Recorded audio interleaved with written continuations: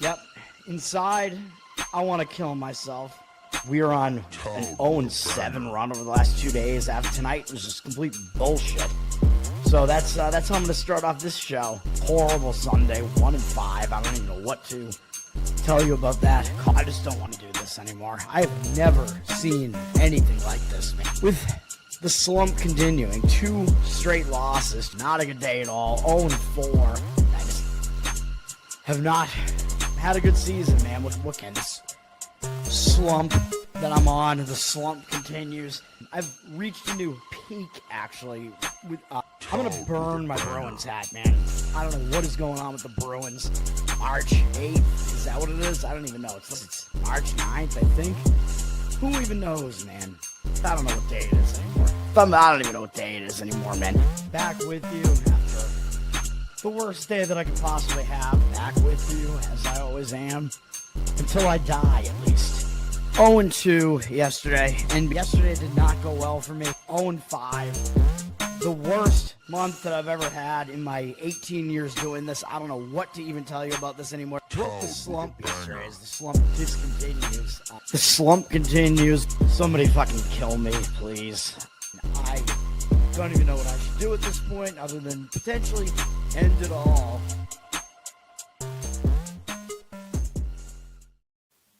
What's up, everybody? It's Toad back with you, Toadstool Sports. It is Thursday, March 12th. I'm trying to be really selective here, man. One of the worst beats that you'll ever see was the one play I gave out on the show yesterday on Cincinnati. Luckily, I did not give it out as a money line play because it would have been more of a loss, although you would have still had a chance to maybe win that bet, but it was disgusting. Cincinnati was the better team in that game. They led almost the whole game. They were up double digits, like right out of the gate. Then they blew that pretty much entire lead. It was almost tied, I think, at halftime. They got another double-digit lead. I think they were up 12 with 10 minutes left. And in a Cincinnati game, that's a lot of points because they don't allow a lot of points. It was a low-scoring game. It was exactly Cincinnati's style. They were up 8 with 2 minutes left. So it's like, all right, we're going to get this one right. No, they never scored again whatsoever in regulation. The game went into overtime. They put themselves in like a 4-point overtime hole, and they lost by 1. It's disgusting. Fuck Cincinnati. Seriously, that's one of the worst beats that I've seen in quite a while. Like, the majority of the game was like Cincinnati was like a 90-something% chance to at least win the game outright. I'm extremely pissed about it. And then, of course, to rub salt in the wound, I almost added Xavier, and they won the game outright. So I was right about Xavier. So that's just awesome. That's exactly what you want. That's how you want your day to go, man. And now what are we? We're 1-7, I think, in conference tournament action. So what am I going to do about it? I'm going to add 2 more plays in conference tournament action because why wouldn't I, right? I'm going to have that, and I'm going to have 1 NBA play today. I have nothing in hockey, even though it's a huge hockey board. Don't even want to talk about it because it's going to take me for fucking ever to talk about it. You're not going to like my NBA play at all. I don't even like it. It's a horrible, horrible idea, and we're doing it anyway. Amanda, what's up? Thanks for hanging out. UMass, Purdue. Well, I got to talk about the UMass game first, so that's what I'm going to do right now because this game is at 11 a.m. We'll talk about the MEAC here, and then I'll get to the Purdue game, but hang out because I'm going to try to do this in order and hit all the afternoon games. Well, actually, I do it by conference, but yeah, I'm going to try to get this all done. UMass, Miami, Ohio starts at 11 a.m. This is the beginning of the MEAC tournament. They just do just an 8-team bracket, like very straightforward thing. Cleveland is where this all is. So, that's not really that close to Miami, Ohio, though. It's on the opposite side of the state from Miami, Ohio. But, the crowd's going to show up. Their crowd has shown up to these games in that corner of Ohio. But the opening game against UMass, I don't know how much fervor is really going to be there for that, even though, Miami, Ohio is undefeated. Nobody's going to expect anything out of UMass here. They almost didn't make this tournament, even though I think they're better than all the teams that finished behind them, so I think they deserve to get in here. They finished the season ending a long loss streak, so I actually like that because the conference tournament can be like a reset. They had a huge losing streak going on. They did bust it with a win over Ohio at the end of the season. I think that's good because I think, they didn't have like a long win streak or anything like that coming into this. Although you know who did? Miami, Ohio. In fact, 31 games in a row is what they finished the season doing. So I don't like that because the conference tournament is almost like a new season. It's almost like a reset. It could disrupt your momentum, and they had that huge win. That was, a really emotional win. They were flipping off the crowd like a bunch of assholes at Ohio. So I do not like that at all for Miami, Ohio here. The last time they played UMass, they did beat them on the road by 9. And I think Miami, Ohio took them seriously that time because UMass went into Miami, Ohio earlier in the season and almost beat them. I think it was an overtime game. No, it wasn't. But they took them right to the wire. They only lost by 2 at Miami, Ohio as like 9.5-point dogs. So, yeah, I'm going to lean to UMass here plus the points. I would take the points with UMass here. This one is actually close to being on my card. Miami, Ohio is a 7.5-point favorite, almost 8 here. 74% of the tickets, only 55% of the cash is what we're seeing right now on Miami, Ohio. Yeah, I would grab the points with UMass. It's also a weird 11 a.m. start time where sometimes these weird shit can happen. It's like those early tournament games where a lot of people aren't watching. That's why I think the crowd might not be that crazy in this one because it's an early game. Like, who's going to show up that early for that game in Cleveland? I don't know, man. I like UMass plus the points, though, in that one. Mr. Pinsey, what's up? Yeah, I told you not to play Texas. Did you watch my show? I said fade all of the favorites in the SEC yesterday. I don't think did any of them cover? I guess Auburn did, but they probably shouldn't have. That was one that I was more hesitant on as far as fading. But yeah, Texas. No, those bubble teams, I was like, do not play those teams because they're always overvalued. All right, the afternoon action in the MEAC, the MACtion. Bowling Green and Toledo are playing in the, I think that's the 4-5 game. Toledo's a 1-point favorite. 71% of the tickets on Bowling Green. 90% of the cash on Toledo, though. My instinct is, the market read is all over Toledo. So, yeah, the market read is saying Toledo here, but my instinct is almost to not do that, though. My instinct, I like defense, man, and Bowling Green is the better defense here.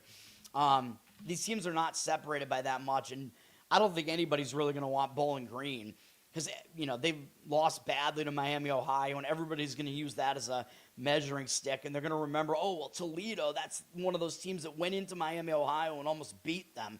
Yeah, so Toledo's going to get a lot of credit for that. Bowling Green finished the season with 2 wins, so yeah, I mean, that could disrupt their momentum a little bit, I guess, but they're a defensive team, so the momentum angle doesn't matter as much. Toledo, we tried to fade them here on the show after that Miami, Ohio game, and they still covered against Buffalo. I'm still pissed about that. That's how Toledo finished the season. So, they did win 4 out of 5, though, to finish the season, so maybe that momentum could get disrupted a little bit. They did beat Bowling Green on the road by 10 the last time they played them, and then they beat them. They lost at Bowling Green by 10, my mistake, the last time they played. So I guess there's a little bit of a revenge angle there, if you want to call it that. It's more like the team that lost could make the adjustments there. Toledo only beat Bowling Green by 1 at home, though. So, when I decide not to play the game, I don't really dig into the box scores with that much detail. But I actually kind of like Bowling Green in this game, but the money is completely disagreeing with me, although maybe it'll change a bit by then. But this is not a night game, so the market can only adjust so much by then.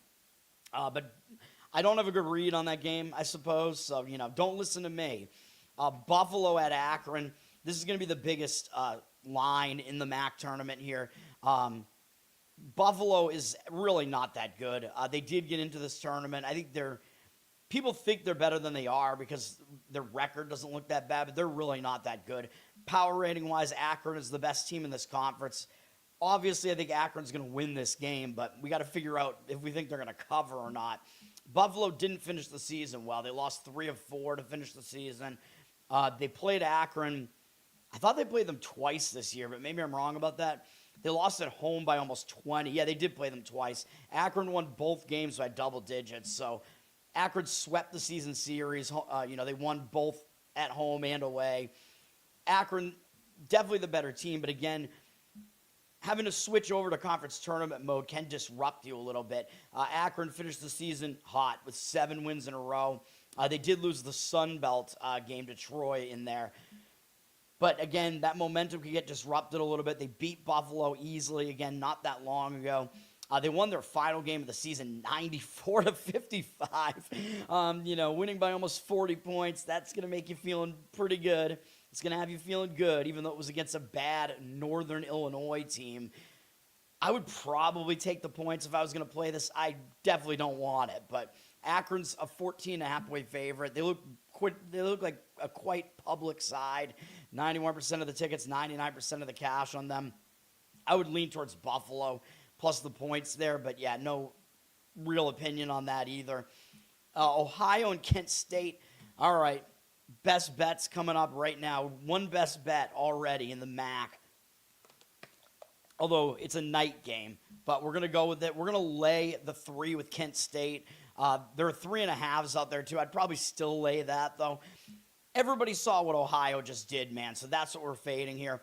Ohio just had their game of the year, final game of the season at home. They were on the verge of potentially – well, actually, I don't think they're really on the verge of not making this tournament, but they wound up as the 6th seed, and they're really not that good. They're probably the 8th or 9th best team in this conference. They're really bad on defense, like even worse than Kent State, even though Kent State, the one bad thing about them really is their defense blows. But Ohio's is actually even worse, believe it or not. Kent State, you might have to lay 3.5 on this, but Ohio looks like they're getting all the public action here. 70% of the tickets, only 68% of the cash on them. This seems like it does profile as a high-scoring game because the teams can't play defense, and they're both better on offense, but the total is dropping, so I'm not going to worry about the total here, though. And again, when teams switch over to a new venue like this and they switch to tournament mode, a lot of times you don't want to really play an over in that first game when teams are like trying to get their bearings still, although I have recommended a couple of them as like leans. I wouldn't want to be on an under in this game, but we're going with the side.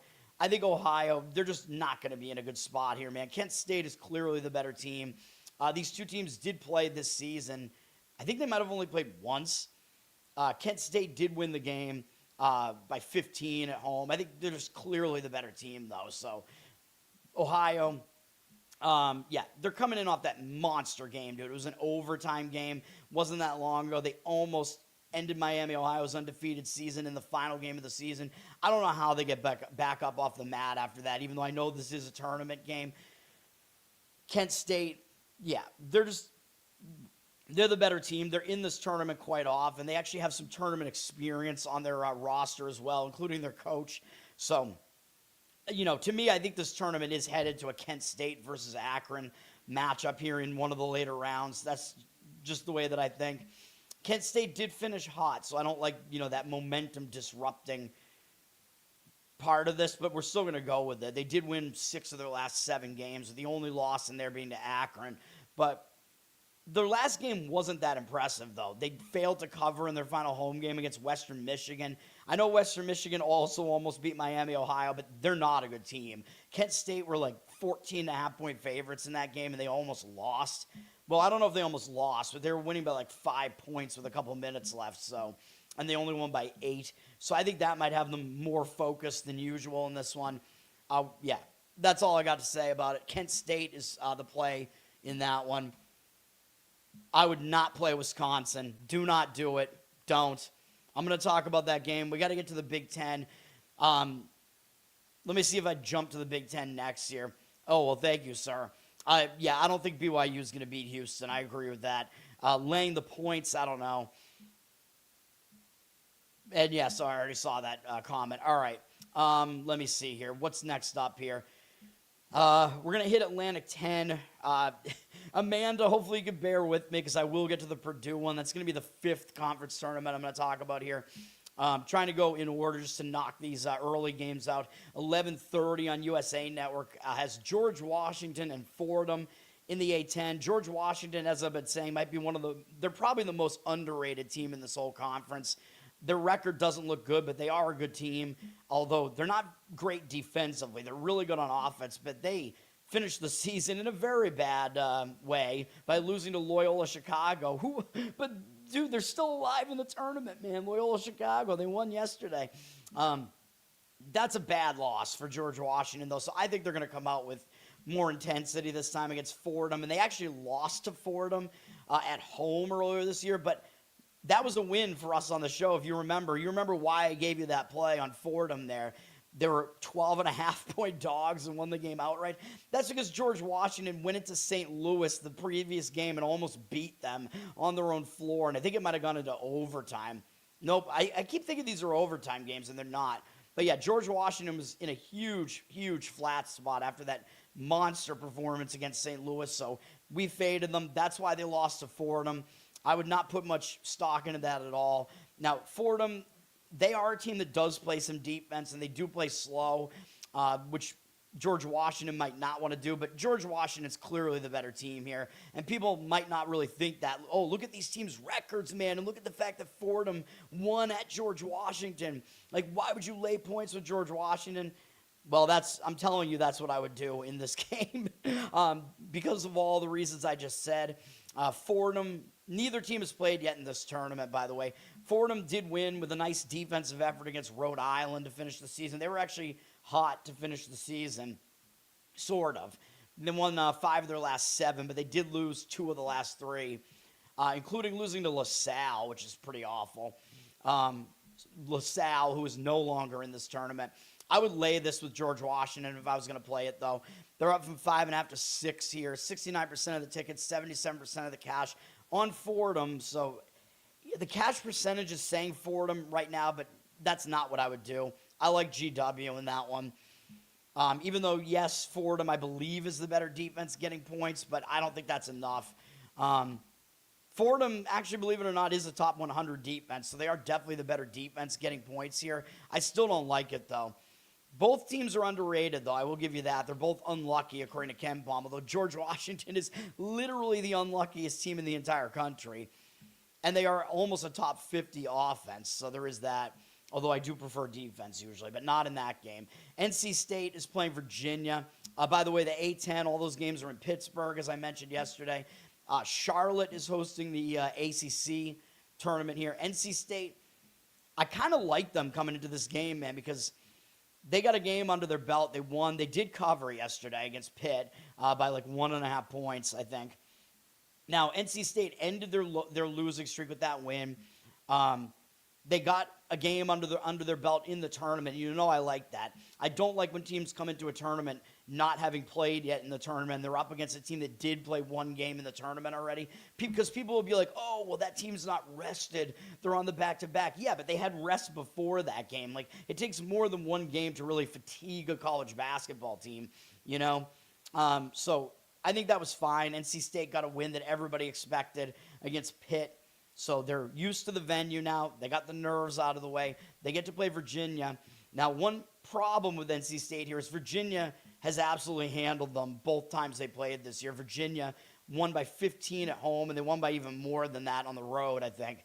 Where was that game? Yeah, by almost 30. So, that was the home game for Virginia, where they won by almost 30.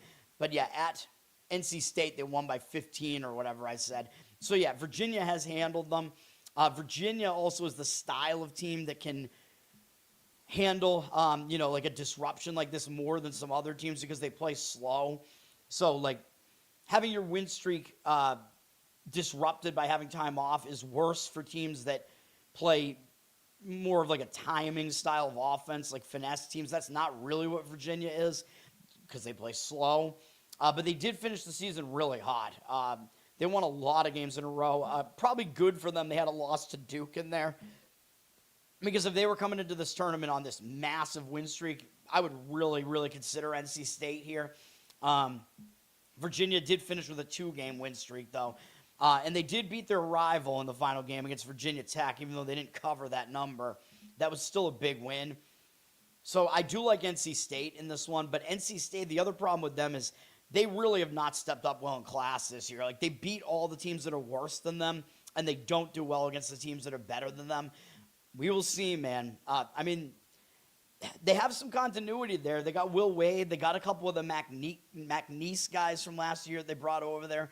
They lost Amir Khan, though, back to McNeese, so they don't have the aura anymore. And that's why McNeese is in the tournament now, by the way. Oh, yes, I forgot. Congratulations to the McNeese Cowboys, who overcame that 3 overtime game the prior night and won easily against Stephen F. Austin. And McNeese hit more threes than you would expect in that game last night.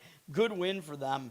So they'll be in the tournament, probably around a 12 seed again. Oh boy! And then congratulations to the Lehigh, whatever the fuck they are. What's Lehigh's team? The Golden Eagles, Golden Hawks? I don't know what the fuck they are. Whatever they are, they won. They're an ass team. They're going to be going to Dayton, probably. They're going to be in a 16 play-in. And their stupid fans are all like, we want Duke. We want Duke right now, because Lehigh beat Duke in a 15-2 upset way back in, when was that? Like 20, somewhere in the 2010s, I want to say. But that was an overrated Duke team that year, man. Duke was probably about 11.5-point favorite in that game. Usually 15 seeds are close to 20-point underdogs. So that was a totally different scenario. Lehigh was actually a solid team then, too. This year, that's not the case. If Lehigh were to play Duke in the tournament, yeah, good luck with that. Duke would probably be like a 30-point favorite this time. Lehigh is very likely going to be the worst team in the entire field, and Duke is the best team in the country, so good luck with that. But yes, the money is agreeing on NC State here, by the way. 63% of tickets are on Virginia, 80% of the cash on NC State. Virginia is also a slow-paced team, so they're not as equipped to like cover numbers as a favorite. And I know Virginia has a very good record and whatever, but their resume doesn't impress me that much either, man. Like, they did a lot of beating down of bad teams too. Although I know one of those teams that I guess isn't that bad is NC State, but as far as the tournament, NC State's going to make the tournament. I mean, the bubble has not done anything to help themselves. NC State's going to get in, even if they lose this game, but. Yeah, I don't think that really affects the handicap here. I mean, maybe you could argue, I guess, that NC State will still have more motivation to try to win this game, because if they do, then obviously they're going to be in the tournament, but they're going to be anyway, so whatever. And also congratulations to the Idaho Vandals, who have not been in the tournament for probably over a decade at least. They won the Big Sky, so I was correct about that game. That Idaho team is not that bad. I know they were the 7th seed in that tournament. They were probably like the 3rd or 4th best team in that conference, though. All right. Peacock at noon. ACC. My mistake. The next game up in the ACC is Louisville and Miami. Louisville down to a 1-point favorite. Looks like some of the money coming in on Miami, but I kind of like Louisville in this one. 81% of tickets, 85% of the cash on Miami, Ohio. Oh, shit, no. They would lose to Louisville, and they might match up in the tournament in a 6-11 game. Oh, God. The money looks like it's somewhat coming in on Miami, Florida. I don't really like it, though, because people are not going to be impressed by what Louisville did yesterday. They did beat SMU. It was not a good game. It was way lower scoring than you would think. SMU wants to get themselves in higher scoring games, though, I think, and that was not what that was at all. Louisville, it's not going to be an impressive win. Like, that's not going to impress the public when you beat SMU by 4 points and the score is like in the 60s, So I think Louisville, they're going to be at an advantage here because they did play yesterday and they snuck by with the win. Those types of teams tend to do well in the second game of a tournament because they're already familiar with the setting. They didn't impress anybody. Miami hasn't played yet in this tournament. Now, one thing I did forget to mention yesterday, I know Louisville's best player is actually out, Mikel Brown. I think, is that his name, Mikel Brown Jr.? He's Louisville's best player, and he's hurt right now, and they're trying to get him healthy for the actual tournament, so he's not playing in the ACC tournament. I believe he will play in the NCAAB tournament, but that's one thing to consider, that he's not there for Louisville. But they're actually still favored against Miami here. Now, Miami does come in not having played in the tournament yet, and they did just lose to Louisville at home. So that would be one hesitation I would have, where maybe Miami fixes what went wrong in that game and they have some changes to make and they can beat Louisville this time. So that is one thing to have in consideration. That was the one time these teams played, and it was literally the last game that Miami played. It did end a win streak for them, though, so it could be a little bit of a disruptor for Miami as well. I don't have a great read on that game, though, obviously. Then we do have Florida State and Duke. Duke is entering the fray here. Florida State looked pretty good yesterday, man. And I told you I thought they would beat Cal. Cal in kind of an unfamiliar setting. Florida State very under the radar. Florida State almost beat Duke during the regular season, by the way. I think it was at Florida State, though. But they only lost by like 4 points at home against Duke. So Florida State looked very competitive in that game. But that might mean Duke will take them more seriously. Now, the problem with Duke is they're trying to rest up for the NCAA tournament as well. So they have some injuries going on here. They're without Caleb Foster might not be back until like the Final Four, assuming they make the Final Four, which I think they will. But Caleb Foster's not going to be there. He's not playing. So Caden Boozer is going to be entering the starting lineup to take his place at that guard position. So the Boozer brothers will be in full effect here. Obviously, Cameron Boozer, he's going to be one of the top NBA draft picks. He's dominating. He's one of the best players in college basketball. He carries the team. But this is still also a deep Duke team, and that's why they're so good. So I think they can overcome these missing guys. They're missing Foster, and they're also going to be without Ngungba the second, Patrick Ngungba, big man. So they're going to have to deal with him not being there either. He's missing the ACC tournament, and I think he is supposed to be back at the start of the NCAA tournament. But with all that being said, Duke is still a monster favorite here, 17.5, even without those two guys. Duke down from 19 to 17.5 here, and the public looks like they want Florida State, which seems crazy to me, even though they're kind of a trendy-ish team in the ACC tournament here, but I'm surprised the public wants to fade Duke, man. I don't even know if I buy it because this game is at night. 66% of the tickets, 58% of the cash on Florida State. So Florida State does look like a public side. Duke, laying a whole bunch of points here. I know Duke has been crushing the spread recently, but I kind of like Florida State plus the points here. They did just win, and they played in the tournament already. So that's another, again, I will say that is an advantage when you get that win in the tournament. They were way better than that final score looked, too. They won by 6, but they absolutely blew out Cal in that game. It got closer at the end, but Florida State manhandled them, man. So they have the momentum coming into this. They got a game out of the way. I know this game is in North Carolina, so Duke is going to have a huge crowd there. So that is definitely something to consider here. Duke, however, finished the season on a massive win streak, finishing by getting revenge over their rival, UNC. So I don't love that was Duke's last game, man. Like, they could come into this game, a little bit more questionable. Once they get their bearings, maybe they will take off and win this game. But I would lean to Florida State here. A first half play might make sense in that game towards Florida State as well. Probably you'd be getting, I would guess, about 9 in the first half if you want to do it that way. So, yeah, those are my thoughts on that game. Final ACC game. Very interesting line here with Clemson and North Carolina. The line is only a pick 'em. North Carolina -1 right now, but it's basically like pick the winner in this game. You pretty much know. I'm surprised that we see 52% of the tickets on Clemson right now.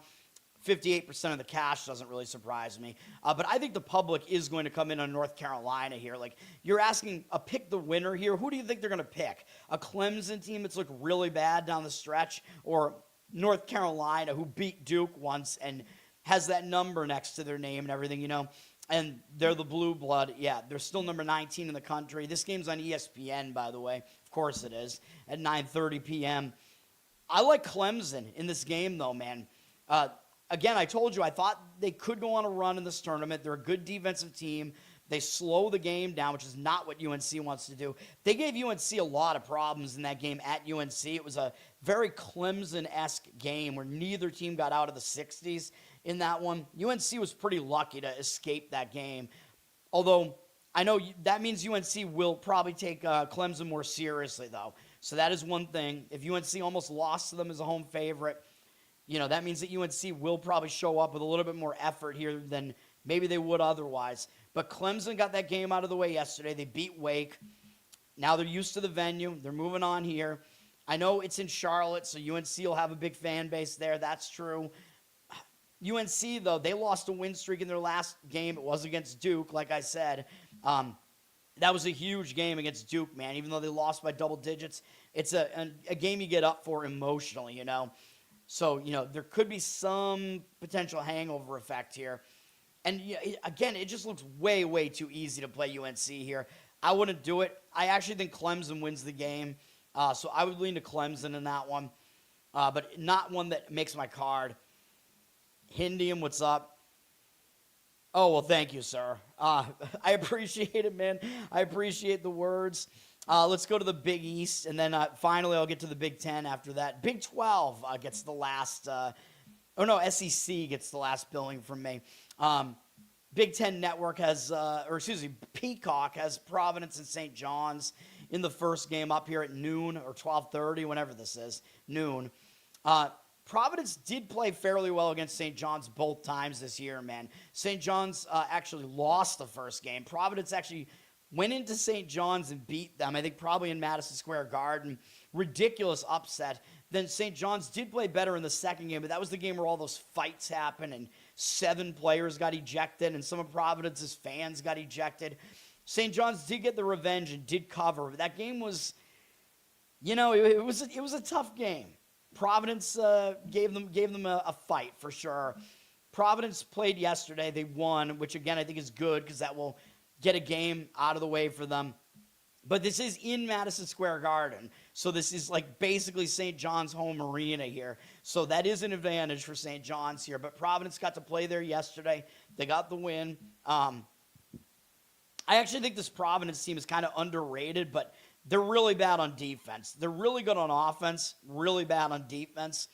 St. John's is almost the opposite. St. John's has some problems on offense, just like last year, but their defense is really good.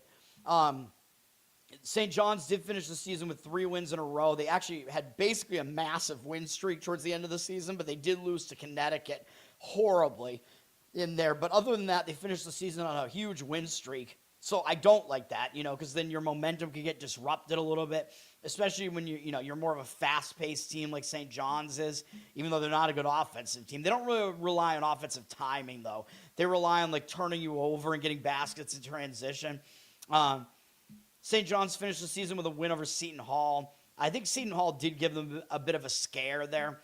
So, maybe St. John's will show up a little bit heavier for that reason. But, dude, Providence, they really don't like St. John's. St. John's has Bryce Hopkins, who was on Providence for a while earlier in his college career. So there's definitely some animosity between these teams. I wouldn't be surprised if another fight breaks out here. St. John's is an 11-point favorite. 79% of the tickets are on them. 89% of the cash on Providence, though. So very, very large, pros versus Joes gap in the market here. And this game is happening in 2 hours. So I don't think we're going to see the market really change a ton up to that point. So I'm going to agree with it. I would lean to taking the points with Providence there. St. John's, just because of their scoring issues, it makes it a little more difficult for them to cover a number like that. Although I know the total is high, and Providence allows a lot of points. I do know that. But, we'll see what happens in the game. But, yeah, I kind of like Providence plus the points there, but not that strong of an opinion from me. The next game in the afternoon in the Big East, oh, shit. I have to go back and do the A10. Fuck. I'll go back in a second and do it. Because, dude, I have, because I was doing it conference by conference. I have a play in the A10, so hold on a minute.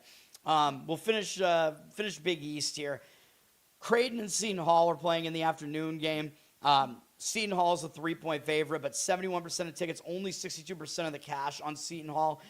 Here's what I'll say about Seton Hall, man. People pretty much know they're on the bubble, right? And they haven't had an opportunity yet to look like a horrible bubble team. But we know all the bubble teams have done horrible in the conference tournament so far.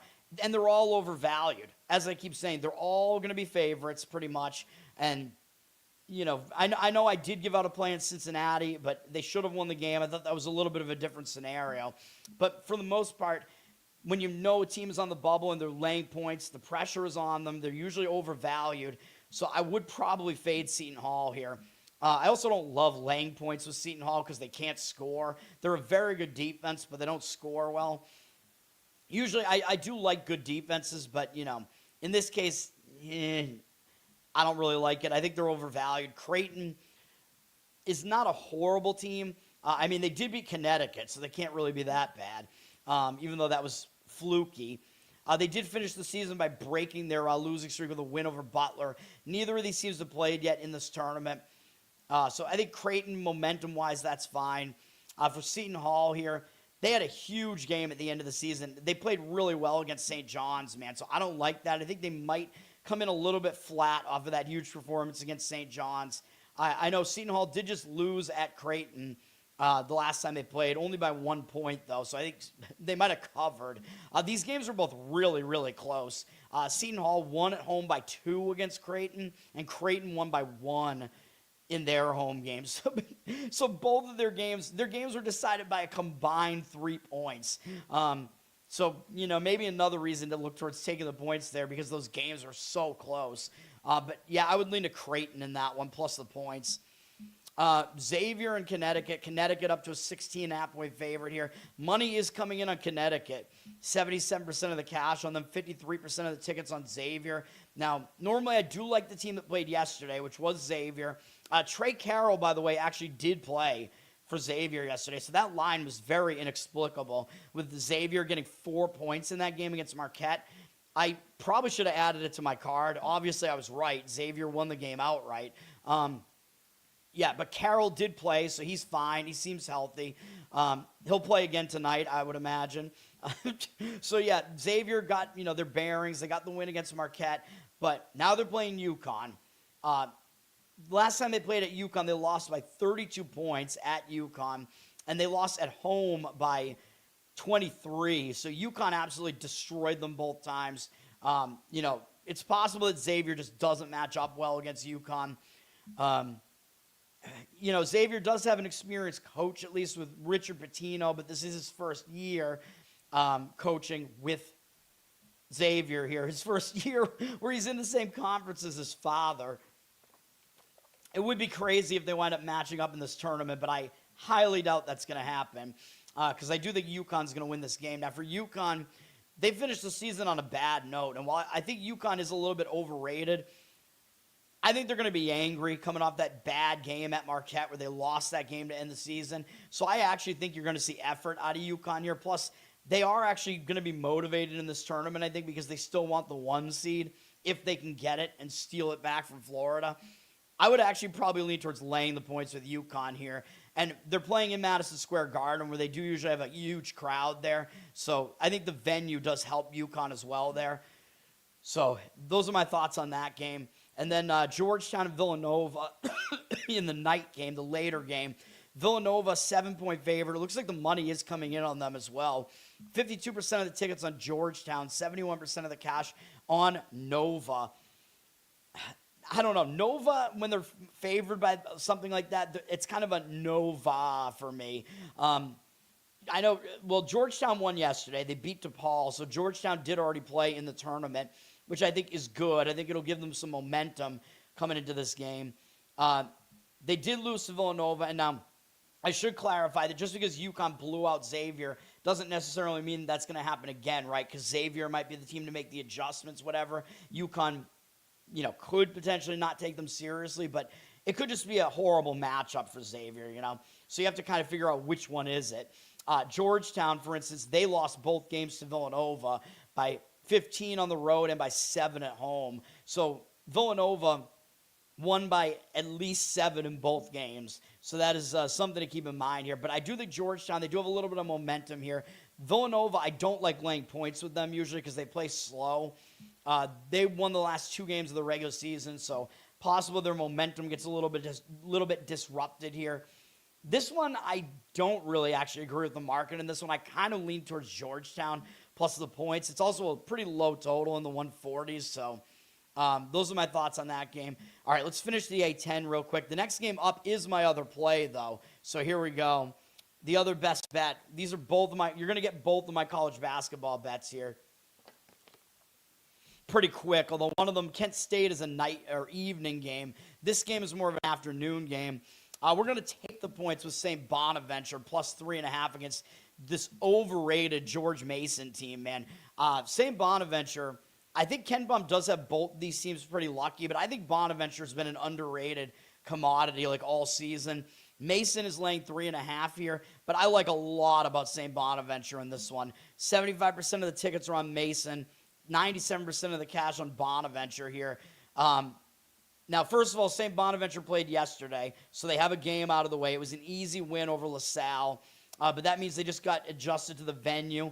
I think Bonaventure actually does have somewhat of a crowd there because they're playing in Pittsburgh, which is probably one of the most advantageous locations that the A10 could hold this thing in for Bonaventure because they're upstate New York. I think they're in Western New York, really. So not really upstate, Western New York. My mistake. So I think they're pretty close, actually, I think. Somebody can correct me if I'm wrong. But I think Bonaventure might be the closest school, well, besides Duquesne, of course. Duquesne basically has a home advantage here. But besides Duquesne, I think St. Bonaventure might be the closest school to where this tournament is being played in this conference.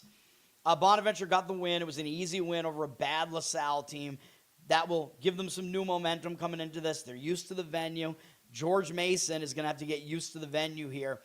George Mason, I think they could still be in letdown mode, man. I mean, look at what they did to end the season. Nobody is going to want to fade George Mason after this. They beat St. Louis by almost 30 points to end the season. You couldn't possibly look better than George Mason did in that game, man. I think that's going to overvalue them in a big way. And they beat St. Bonaventure 2 games before that by 13 points. So they, are probably going to be feeling high on themselves. And they also played a really tough game against VCU in the middle of those two. I think they're going to be feeling really high on themselves and not take St. Bonaventure totally seriously here. And they're coming in not having played in this location yet either. They played St. Bonaventure twice, I thought. Let me see. Yeah, the other game where they played at St. Bonaventure probably should have beaten them. This is a 4-point win for George Mason, but St. Bonaventure had the lead for 96% of the game. There's no way St. Bonaventure should have lost this game. And if you dig into it, there were some things statistically that would lead you to believe that George Mason, I guess, shouldn't have been losing by that much. But Bonaventure did have control of this game, man. So that does indicate something. And then in the other game where Bonaventure lost worse at George Mason, there was a huge free throw disparity in this one, I believe. George Mason had some real home cooking. Actually, they didn't really, but St. Bonaventure only made 3 free throws. That's what I was thinking. And Mason also hit almost half of their 3-pointers. So, yeah, it was a little bit of an outlier, but I got it wrong. But that's what I got that a little bit wrong. But Bonaventure actually out-rebounded them, by the way. So, Bonaventure, they weren't as bad in this game as it looks on the scoreboard. They were 3 for 9 from the free throw line. I mean, that's definitely a bit of an outlier there. Mason being plus 15 from 3-point range and hitting almost half their threes.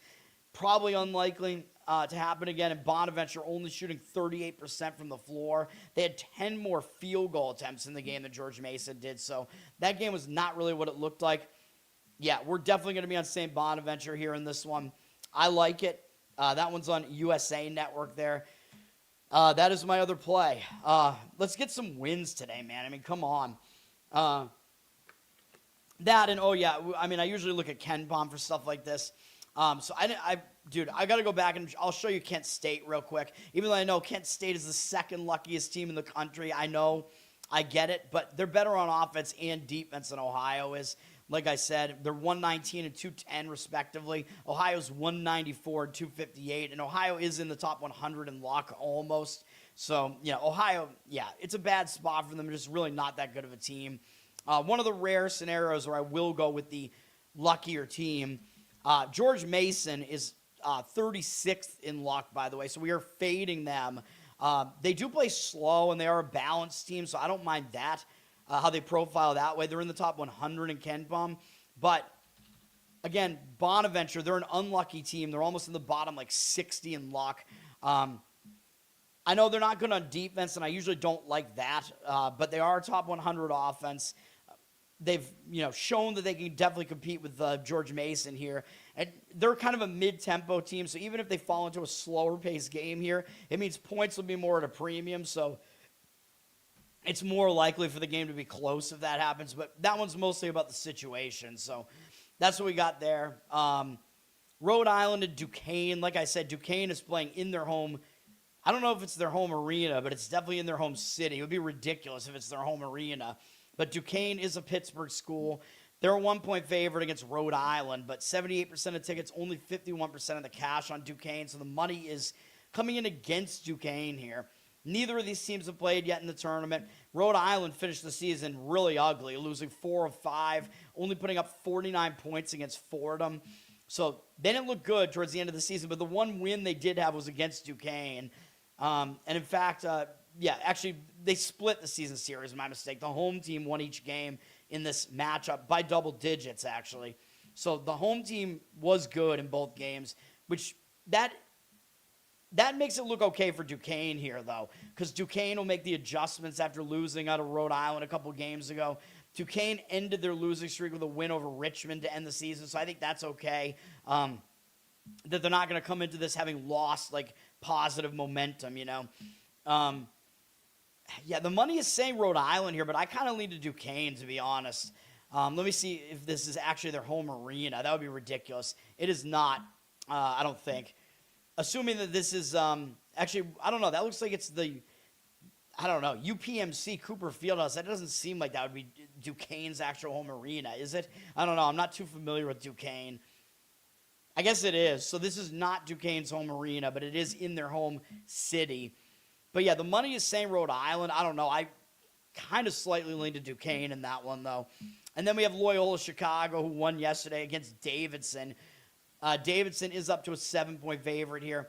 The money is coming in on Loyola. 52% of the tickets, 67% of the cash on Loyola. So the money is indicating on Loyola. I mean, do you think they can pull off 2 wins in a row? I don't think so, but they did get a win yesterday, which is good. Mild upset against Richmond, but that means they're used to playing in this venue now. They got the win, so they have some momentum here. Now, against Davidson, they lost at Davidson by 20 points. They lost by 15 to Davidson at home, so Davidson did handle them both times. Davidson, clearly the better team here. Davidson comes in winning 3 of their last 4, but they did lose to St. Joe's in the middle of it there, so maybe not a ton of momentum they're going to lose coming into this one. The money is saying Loyola in this one after the line got driven up. I don't know. I kind of like Davidson in this one, to be honest, even though they haven't played yet in the venue, and I usually like the team that did play. But Loyola Chicago, I don't know, man. I mean, I know them being bad is factored into the number, and that's not a good excuse, but I think Davidson, it seems like Davidson is a bad matchup for Loyola Chicago. So I don't know, man. But I guess, we'll see what happens. All right, finally we're going to get to the Big Ten. Let's go. I don't know if is our girl still around there? Amanda, are you still out there? Amanda, because I'm Bostonian, man, so we add R's where there aren't any. We add the A's to everything. The first game in the Big Ten is the Big Ten Network game at noon, Iowa and Ohio State. People will say this is a bubble battle, but I think both these teams are almost certainly going to be in the tournament at this point. With the way the bubble is played, I don't see how that couldn't be the case. I think whichever team loses is still going to make the tournament. Iowa did win yesterday, breaking a 3-game losing streak. They wound up not covering, even though it was a weird game where I think Maryland was winning at halftime, and then Iowa had a 21-0 run. They had a double kill shot in the second half, and then Maryland still wound up covering and getting in the back door barely right at the end. You got to like those back doors, man. But it was a win for Iowa. They got used to the venue, which I'm still mad about them getting rid of the pinwheel logo for the Big Ten there. These games are all in Chicago, I believe. So Iowa got the win there. They do have, some familiarity with the venue now, so that's a positive for Iowa. They beat Ohio State not that long ago, though. The only time they played this year, I believe. They won at home against them by 17. So maybe Ohio State will make some adjustments here. Now, Ohio State, they've been playing a lot better down the stretch, and a lot of it has to do with their health. Ohio State's had a lot of guys in and out of the lineup, man. So, like, the fact that it looks like they have one of the heroes. Is he one of Tyler Hero's brothers? Does he have like a million brothers? Because I know Austin Hero, who unfortunately will not be in the tournament, is on St. Thomas. I mean, how many guys, like how many different basketball players named Hero could there be that are not related? You know what I mean? So, yeah, maybe this is another one of he looks like them. So maybe this is another one of the brothers. Miles Hero. There you go. Anyway, the best player on Ohio State is Bruce Thornton, though, I'm pretty sure. And he's missed time. This Ohio State team, they're getting healthy and they're getting good at the right time, man. They haven't played yet in this tournament, though, and that's kind of the problem. They had a nice big bubble win over Indiana, who is fucked now, by the way. That was how Ohio State ended the season. They ended the season with 3 wins in a row. So maybe their momentum will be a little bit disrupted here because they haven't played since then, haven't played in this tournament yet. The money, however, is actually coming in on Ohio State here. They flipped from a 2.5 dog to a 1.5 point favorite here. 56% of the tickets are on Iowa, 55% of the cash on Ohio State. Yeah, this is a real difficult one, man. Real difficult handicap in this one. The money's saying Ohio State, and I think Ohio State is pretty undervalued right now. Like, they're playing a lot better now that they're fully healthy. Let me see here. Like, they could be super dangerous in the tournament. They're actually only one ranking spot behind Iowa in KenPom now, and they're favored in this game. Now, Iowa is the better defense, so you do have to keep that in mind. That's the biggest disparity between the two teams is Iowa having the better defense. Ohio State has the somewhat better offense. Both teams actually play slow, and both teams are actually pretty unlucky, according to KenPom. So, yeah, I mean, both teams are going to be motivated because, you know, they're both trying to secure their tournament spot. So this is a very, very interesting game. It'll be a fun game to watch, I think. Man, I mean, I guess I'll agree with the market and agree with Ohio State there, but, man, that's a tough call. Very, very tough call in that game. I don't want anything to do with it. Washington and Wisconsin. Wisconsin's a 7-point favorite here. 89% of the tickets on Wisconsin, 88% of the cash on Washington. Like I said, yeah, Mr. Pinsey, there is no fucking way that I would play Wisconsin in this game. It's going to be a pros versus Joes scenario. The pros are going to be on Washington here. As you can see, this is a huge ticket versus cash split here. And the spot is not good for Wisconsin either, which I'll show you in a minute. Washington played yesterday, which I think is a good thing, and they didn't look good. They beat this USC team that everybody basically thought was dead. But remember, I told you, the conference tournament is like a new season, man. So I actually thought USC would actually show up for that game, and they did. They played well in the game.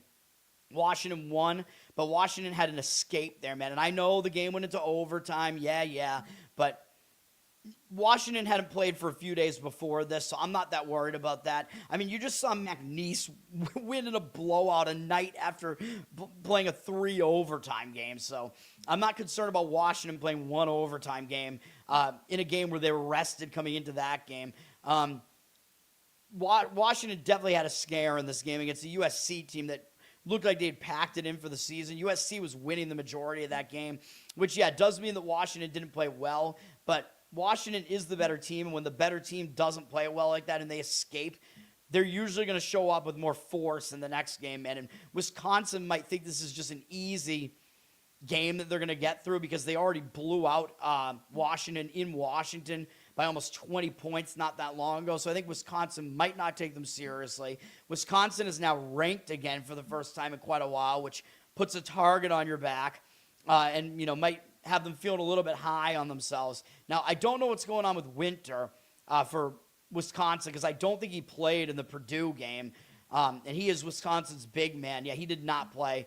I mean, they're a fairly deep team, but even so, well, actually, really, they only run like a 6-man rotation without him, so maybe not, I guess. So I don't know if Winter is coming back or not, but regardless of that, I like Washington in this game. Wisconsin finished the season on a 3-game win streak. They haven't played yet in this venue, which Washington did. So Washington has that advantage. And Wisconsin not only finished the season on a 3-game win streak, but they beat Purdue on the road, man. That was a monster win for Wisconsin. So they could be in a letdown spot here, too, feeling too high on themselves after that crazy win. And we know Wisconsin's going to get into the tournament. It's a matter of seeding for them. Seeding is not a huge motivator. They don't care if they're a 5 seed, a 6 seed. Who gives a shit? They just want to be healthy getting into that tournament there. In fact, they'd probably rather be a 6 seed because 6 seeds get an easier path in the tournament there, than 5s. 5s have to go up against 1s, and the 1s are really strong,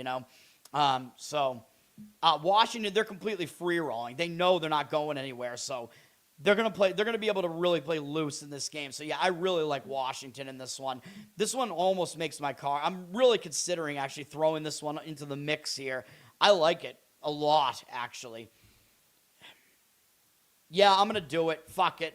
We're going to add Washington plus 7, 7.5. I don't know what it is, but let's get really crazy here, man.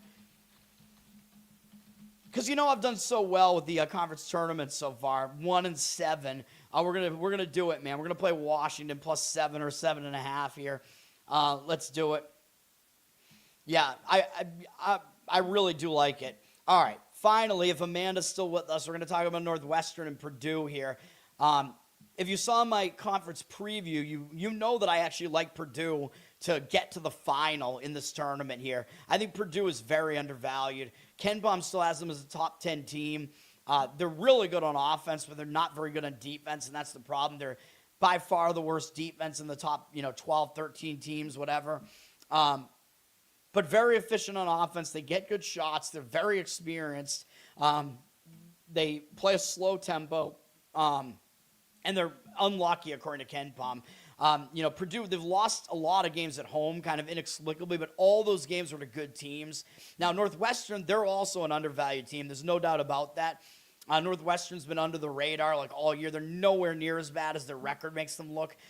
They just pulled off a nice upset win over Indiana yesterday, though spoiling Indiana's tournament hopes most likely. Really good win for Northwestern yesterday. And while, Northwestern will be accustomed to the venue now, I don't like it that they're coming off an upset like that, and now they're playing a Purdue team that they almost just beat at Northwestern. So Purdue is not going to overlook Northwestern after that, I don't think, because Purdue knows that Northwestern almost beat them. Now, I know Purdue does, even though they play slow, they do rely on offensive timing, but I don't think their momentum is going to be disrupted because they lost 3 out of their last 4 games, including losing to Wisconsin at home in that season finale. So I think you're going to get a good effort out of Purdue here, man. And the game prior to that was the Northwestern game where they also didn't play well. I think it's going to be a reset. I think the real Purdue is going to show up here. 18th ranked in the country, even though KenPom has them 8th in the country. This Purdue team is under the radar right now. Nobody's going to want them. I think they're going to win this game. I think they're going to beat Nebraska as well again. And I think you're going to see Purdue in the conference final, man. That's what I think. Northwestern is the public side, it looks like. 63% of the tickets on them. Purdue, 60% of the cash on them. They're laying 12.5 right now. I would lay it. It's not going to make my card or anything, but, I know it's a low total because Purdue, they do play slow. But when they're on top of things, they can score a lot of points despite playing slow because they're so efficient on the offensive side. But again, they're also super experienced. They're always involved in this tournament and a lot of times making runs in this tournament. They have super experienced guards who have been with this team. Very rare. They have 3 players that I think have been starters on this team for the last 3 years or something, or starter plus 6 man, I guess, with Kopman, Wren, whatever. Their 2 starting guards have been with them for multiple years. So coming into this, they have the most continuity, with the transfer portal, the NIL, all that shit. You don't see continuity like that anymore. Purdue is one of the only upper echelon teams, the only one really that has that amount of continuity. And, very experienced coach, of course, with Matt Painter. Yeah, I think they're going to win this game by double digits. So those are my thoughts on that game. Dirty Sock, what's up? Thanks for hanging out. Hopefully Amanda's still with us there. My leans are UMass plus the points and Purdue minus the points in those games, but those are not plays for me. Rutgers and UCLA is the final game here. UCLA looks like they're a pretty public side here. 73% of the tickets, only 51% of the cash on them. I hesitate to lay huge points with UCLA because they usually play slow, although interestingly enough, UCLA, they're actually way better on offense than defense this year, which is interesting because last year was the complete opposite. But it's a low total. It's expected to be an ugly game. Rutgers plays an ugly, ugly style as well. UCLA, one real knock on them this year is that they don't play well outside of the Pacific time zone. So that might come into play here as well. When they've traveled into the Midwest, they've done pretty poorly this year. Like, all their huge wins have been at home, basically, and then their best, road games have been against their former Pac-12 foes out there, Oregon, USC, whatever, Washington. They're winning those games, but they're not winning the games where they come to the Midwest here. Now, do I think UCLA is going to lose this game? No, I don't. Do I think they're going to cover, though? I would probably lean towards Rutgers getting the points here. Rutgers did play yesterday. I know they got a little bit of an upset win there against Minnesota.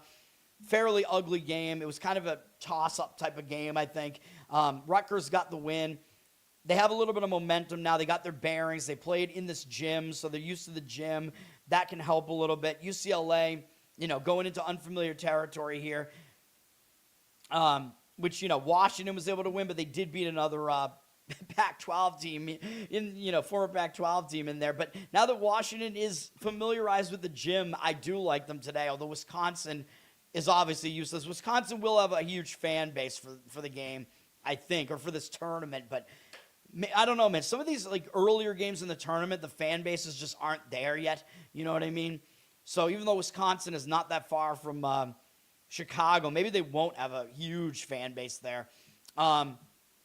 Anyway, talking about UCLA here, they did finish the season with 2 big wins against Nebraska and then against their rival USC. So UCLA might have their momentum a little bit stopped here. I'll lean to Rutgers plus the points here. But one thing to know about UCLA is they've been playing a lot better with what's the dude's name? Since he's been back, Sky Clark. They've been way better with him than without him. He's a very experienced player, guard, a senior.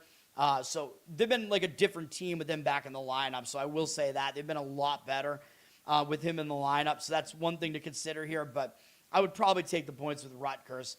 All right. SEC is the next one up that we're talking about. Man, this is going to be a long fucking video again. We have a ton of NHL to cover as well, even though I don't have any plays in the NHL today. And there's some NBA as well. But at least, all right, big conferences. This is the last one of those. 12:30 p.m. SEC, Kentucky and Missouri. Usually the team that played earliest the previous day usually is going to play earliest again, so they stagger it that way. Now, Kentucky, they're going to have some momentum coming into this because they didn't look good yesterday. They were losing a lot of that game to LSU yesterday.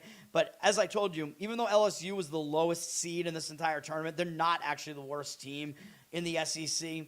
So that wasn't as bad as it looked. But because Kentucky had an iffy game yesterday, they already played in the tournament. They got the win. They escaped. I think that's a very good thing for Kentucky coming into this one. And I think this is even better because now not only are they familiarized with the venue, not only are they coming off a scare, so they should give you a better effort here. They lost to Missouri at home earlier this year. That was the only time they played. So they have road revenge in mind here, too, basically. Although this isn't a road game, but you know what I mean. All these games are in Nashville, by the way. Kentucky, they're going to have a huge fan base here for it, too. So they're probably going to have the fan base, the crowd edge here as well. Missouri coming in here probably won't have as much. But Kentucky is going to have adjustments in mind, revenge in mind, whatever you want to call it. Missouri, I know they're a bubble team. But they're probably pretty safe with the way the bubble is played. They're not going to really get knocked that much for having a loss to Arkansas in there at the end of the season, although that would have really helped them if they won, though. Of course, if they win this game, they're almost definitively in, but I think they're going to be in anyway, man. The bubble teams are just playing so badly. They've all pretty much eliminated themselves, so I think Missouri's going to make it, even if they lose to Kentucky, who is another tournament team here. Missouri... The one good thing about them, I guess, is that they did lose their last 2 games, so maybe they'll be able to end that losing momentum. But the problem is that was a huge game they played against Arkansas, and they almost won the game, and that's what they're coming off of. So they could potentially be flat coming off of that game. So I actually like Kentucky in this game. I would lay the points with Kentucky. They're a 3-point favorite, and in fact, it looks like the public is slightly leaning towards Missouri. 55% of the tickets on them, 75% of the cash on Kentucky, so the money looks like it agrees with me on Kentucky. That's how I would lean in that game as well. Second game up in the SEC is Auburn and Tennessee. This is the game all the eyes are going to be on at 3 p.m. SEC Network. Now, Auburn, I usually say these bubble teams are usually overvalued, man, because everybody knows they got to win, because they're trying to get in. Like, if Auburn wins this game, they might make the tournament. If they beat Tennessee here, that might be enough to get them in. And people are going to still be pissed. Oh, my God, a 16-loss team is going to get in because they're not going to win the SEC tournament. I highly doubt it, but they could win this game today, and that would really, really, that would put them right there in the mix there in the bubble, especially because the rest of the bubble has been so bad. It's almost like it's right here for the taking, man. And Auburn already played yesterday, and because they're more of an offensive fast-paced team, that's good that they got that game out of the way yesterday. They're used to the venue. They didn't look good for most of that game. Again, Mississippi State was beating them throughout the first half, so Auburn started cold. They got a little bit of a scare. They turned it around. They won the game. Now they have momentum coming into this. And, like I said, normally I don't want to play on the team that is the bubble team because usually they're going to be overvalued. Normally I don't like the team that's the worst defense. That's also Auburn here. Tennessee's the way better defense. But Tennessee is laying points here, and they're a slow-paced defensive team. Now, they are getting Nate Ament back as well to amend their lineup here, their roster. But I actually think that's a bad thing. Not in the long run, of course. He's one of their best players, so obviously that's a good thing in the long run for Tennessee. But I thought they might not play him in the conference tournament to get ready for the tournament. But it might be a good thing to get him, reacclimated now, like have him play games in the conference tournament to get him reacclimated. So I can see why they're doing that. But for this specific game, it might be a little bit of a disruption, right? Because they're used to playing without him now. I think he's been out for close to a month, I want to say. So having one of your best players come back like this might not be the best thing in that first game because it might disrupt your flow a little bit. Although Tennessee, they're the type of team that can overcome that more easily because they're more of a defensive team. They did lose 3 of their last 4 games, but the problem with thinking that they might disrupt their losing momentum is that 2 of those games were huge. They barely lost to Alabama, and then they had a huge game against Vandy, their in-state rival, and Vandy got revenge on them. And Tennessee, they know that if they win this game, they have Vandy up next in this tournament because Tennessee's the 5, Vandy's the 4. So if Tennessee wins this game, they'd play Vandy. So they're actually in a Vandy sandwich here. They're in a Tennessee sandwich. And everybody wants that game because it's in Nashville. You know what I mean? That's what everybody wants. The Tennessee teams facing off in Nashville in the rubber match. And, that does make for a lot of storylines, whatever. So that does work because I like Auburn plus the points in this game. And that does worry me that the storyline probably wants Tennessee to get this win. But does it, though? Or does the storyline want this whole thing where, Auburn, they're a bubble team. Like, they beat Tennessee, so now they're, really in consideration. The whole Miami, Ohio thing. That whole thing might come into play here as well. A lot of crazy things going on in this one. Tennessee only laying 5.5. The money is all coming in on Auburn. 64% of the tickets are on Tennessee. Nobody wants Auburn. Everybody hates Auburn, dude. But when you're hated, that kind of motivates you, Auburn's probably hearing all that where everybody is like, this fucking team, they shouldn't be in the tournament, whatever. And when you hear all that shit out there, usually that's going to motivate you a little more. Auburn's got 93% of the cash coming in on them in this game. And I do agree with it. I would take the points with Auburn in that one. I'm rooting for them, man. We'll see what happens. All right. The next SEC game at 7 p.m. SEC Network is Ole Miss and Georgia. Ole Miss upset Texas yesterday. I don't know what they're going to do in this game, man. I mean, that might have been their game. Like, hey, let's get a huge upset win. We'll play spoiler. They did get a game under their belt in this venue here, which is a good thing, but I don't know if they're going to have much left after that upset, man. That was a pretty sizable upset against Texas yesterday. Actually, it was only 5.5. I thought it was 7. Anyway, Texas, they're going to be sweating on Sunday. with the way the bubble teams have played, I think they're probably going to get in. If you saw my bracketology update, they were in my round of 64, so I bounced them down into the first four. So I have them playing in Dayton now for the second year in a row, but I think they will probably wind up doing exactly that, but we'll see. Ole Miss might not have a whole lot left in the tank here. By the way, they actually won at Georgia when these teams played earlier this year. So Georgia is not going to overlook Ole Miss here, man. Now, again, the one advantage is that Ole Miss did play in this venue already. Georgia didn't, and Georgia is a fast-paced team that does rely on offensive timing. But Georgia did get a bit of a scare in their last game against Mississippi State, and they were coming off a huge win over Alabama. So I liked Mississippi State to cover in that one, and they missed by a half point. Luckily, I kept that off my card, but Mississippi State probably should have covered that number. Now, Georgia's coming in off a lackluster performance. The one problem is they haven't played in the tournament yet. Their momentum from 3 straight wins still might be disrupted a little bit coming into this one. This is a tough call, but, a lot of things going on in this game. The money is all coming in on Ole Miss, though. Georgia's a 6-point favorite, 58% of the tickets on them, 89% of the cash on Ole Miss, though. So pretty big disparity there. I was kind of leaning towards Georgia in this game, though, to be honest. We'll see what happens, man. I don't know. I think I would almost slightly lean towards laying it in that one, but that one is certainly not going to be on my card, which I already gave you everything that's on my card. So that means I'm not playing the Big 12 today or any of the smaller conferences here. I think, one of my plays is in the A10, though, but the other two are in the power conferences. All right. One is in the MAC. What am I saying? I only have one power conference play, the Washington one. All right. Next game up, last SEC game is Oklahoma and Texas A&M, the late game. Oklahoma didn't start out well last night, which, was kind of expected because they had a huge win against Texas in the last game of the regular season. They didn't start out well against South Carolina, but they turned it on. They won the game. Now they're acclimated to the venue. They got momentum coming into this one. And Texas A&M, they're a bubble team, so they might be a bit of an overvalued commodity here, man. A&M, I know they got a little bit of a scare in their last game against LSU, but they haven't played yet in this venue. I was kind of saying the same thing about Georgia. In the case of A&M, they beat Oklahoma on the road by 4 the last time they played them, and they beat them at home by 7, so there's kind of a double revenge angle here for Oklahoma, if you want to call it that.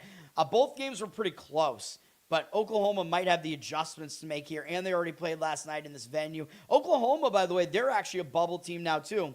I put out my bracketology. I have Oklahoma in the first 4 out right now because all the other teams have basically killed themselves. So Oklahoma could make the tournament, which, as insane as that sounds, they're going to be motivated here, and they're the underdog here, and I think the undervalued commodity here. So I would take the points with Oklahoma here.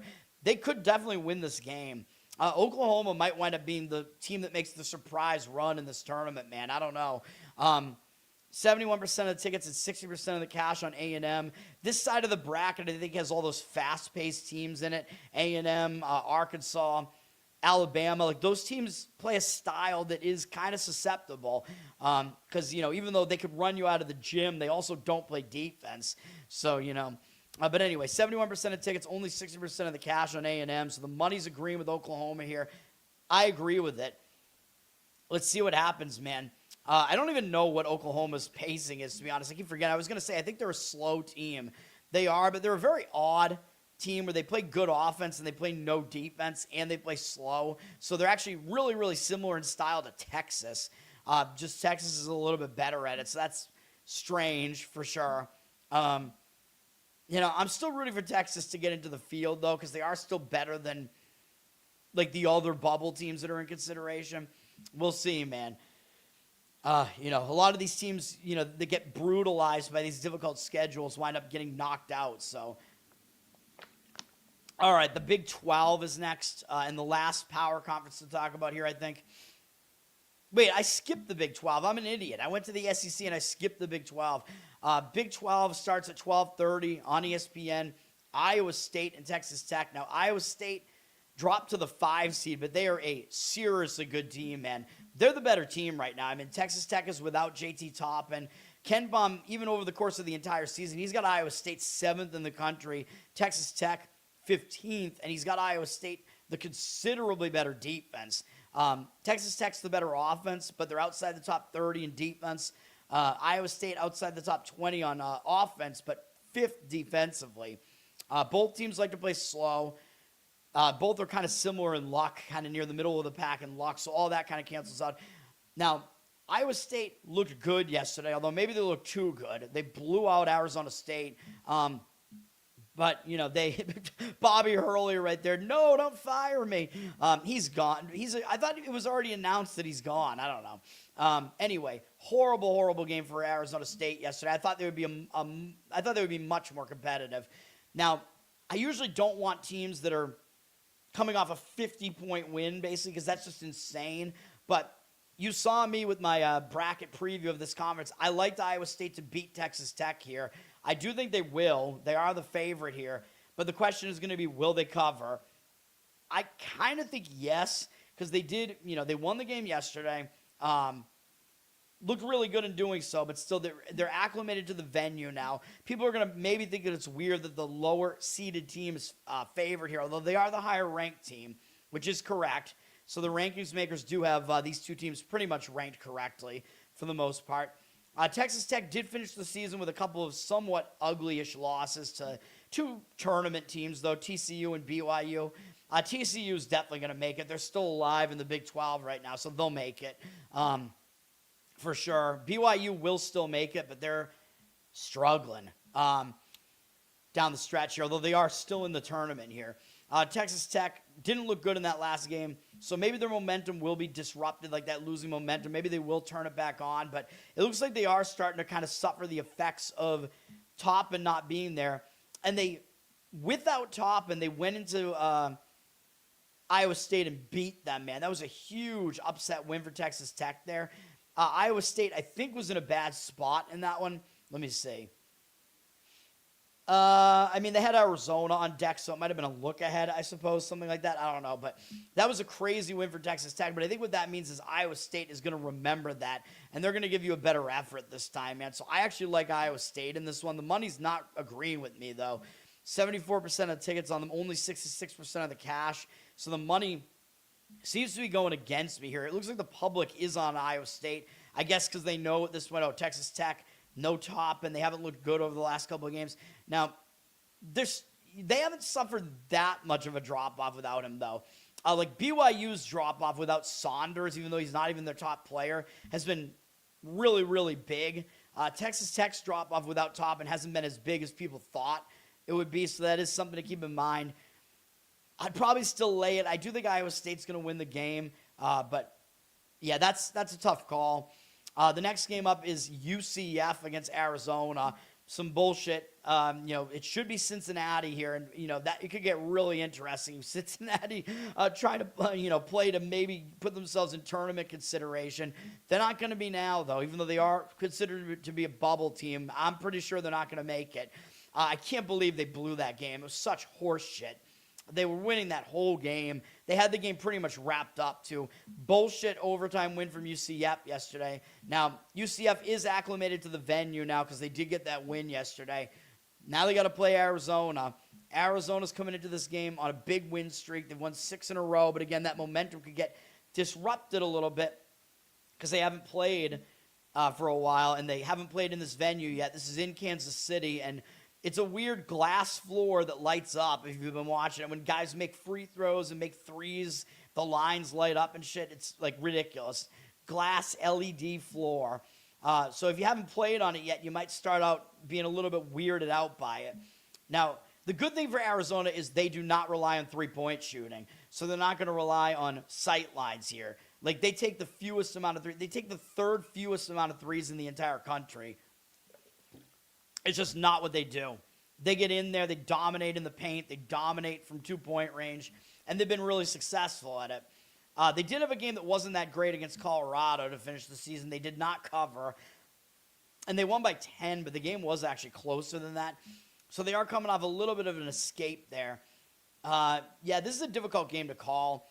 The money's all coming in on UCF plus the points, and you could make the argument they're a little bit more motivated right now because they're trying to make sure that they make the tournament. Although losing to Arizona is not going to hurt their resume. If they win, of course it'll help, but they're in anyway, man. I mean, they're like an 8 seed right now in the bracketologies. They're not going to be out of the tournament, even though I think they suck. Now, Arizona did win at UCF, only by 7, though. That was, I think, the only time they played this year. So maybe Arizona will actually take them a little bit more seriously. That was a weird travel spot for Arizona to have to go all the way to Orlando, though. So that was odd, to say the least. The money is coming in on UCF, though. 52% of tickets are on Arizona at minus 16.5. 97% of the cash on UCF. So the money is saying UCF there. I'm not going to disagree with it, but I don't have a good read on that game. The next game up after that is Houston. Yeah, I think so. BYU and Houston at 7 p.m. I think this is probably where it runs out for BYU here. They're a bad defensive team without Saunders. They got through these first games against Kansas State and then West Virginia. I don't know what happened to West Virginia because that game was clearly at West Virginia's pace yesterday. It was insanely slow, and that game was 45-40. BYU with the lead with like 10 minutes to go, and then the final was 68-48. What the fuck was that? West Virginia scored 8 points in the final 10 minutes against that BYU defense. That's so bad. I thought West Virginia was going to cover that. I don't know what happened there, but now BYU's got to really step it up playing Houston. They only played them once this year. Houston beat them by double digits in BYU, in elevation, and that was back when they did have Saunders. I guess there is the possibility that Houston will overlook them. Houston has been off for a while, but Houston, their final couple of games, they didn't play that well. They had kind of a close game against Baylor where they were actually losing, I think, at halftime. They were really close with Baylor until Houston pulled away in the final couple of minutes of that game and won by 13, but that game was really close pretty late in the game, and then the game against Oklahoma State almost went to the wire, so I think Houston might show up with some effort here because those games were so close, way too close for comfort. BYU, I think, is starting to suffer the effects of not having a deep roster anymore here. They're having to rely on DeBonsa, basically, and they're one other guy, I forget his name. Houston is up to a 10-point favorite here. The money has come in on Houston. And for Houston, they haven't played for a while, but Houston's slow defensive style, that travels better than any other style. So getting accustomed to the venue should be a little bit easier for a team like that. 59% of the tickets, 83% of the cash on Houston. I'd probably lean towards laying the points with Houston here. I worry because, Houston's a slow-paced team. I don't like laying points with teams like that. Defensive, slow-paced teams. Not that their offense is that bad, but their defense is certainly better.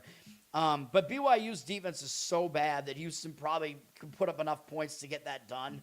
And then the final Big 12 game is TCU and Kansas. TCU has played 2 games in the tournament already, I'm pretty sure. Is that right?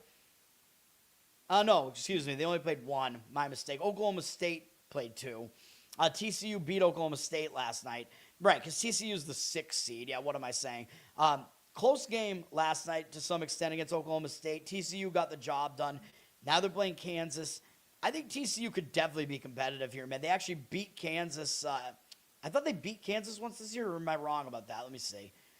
No, they almost did. They went into Kansas and they lost, I think, in overtime. That's what I was thinking. Yeah, they put up a huge effort at Kansas. And it's really hard to win in Allen Fieldhouse, man. And they took them to overtime before losing, which on the one hand, it might mean Kansas is going to take them more seriously because Kansas probably remembers that this TCU team gave them a real fight. But TCU is already accustomed to this venue. Kansas isn't. Kansas is just very unpredictable, man.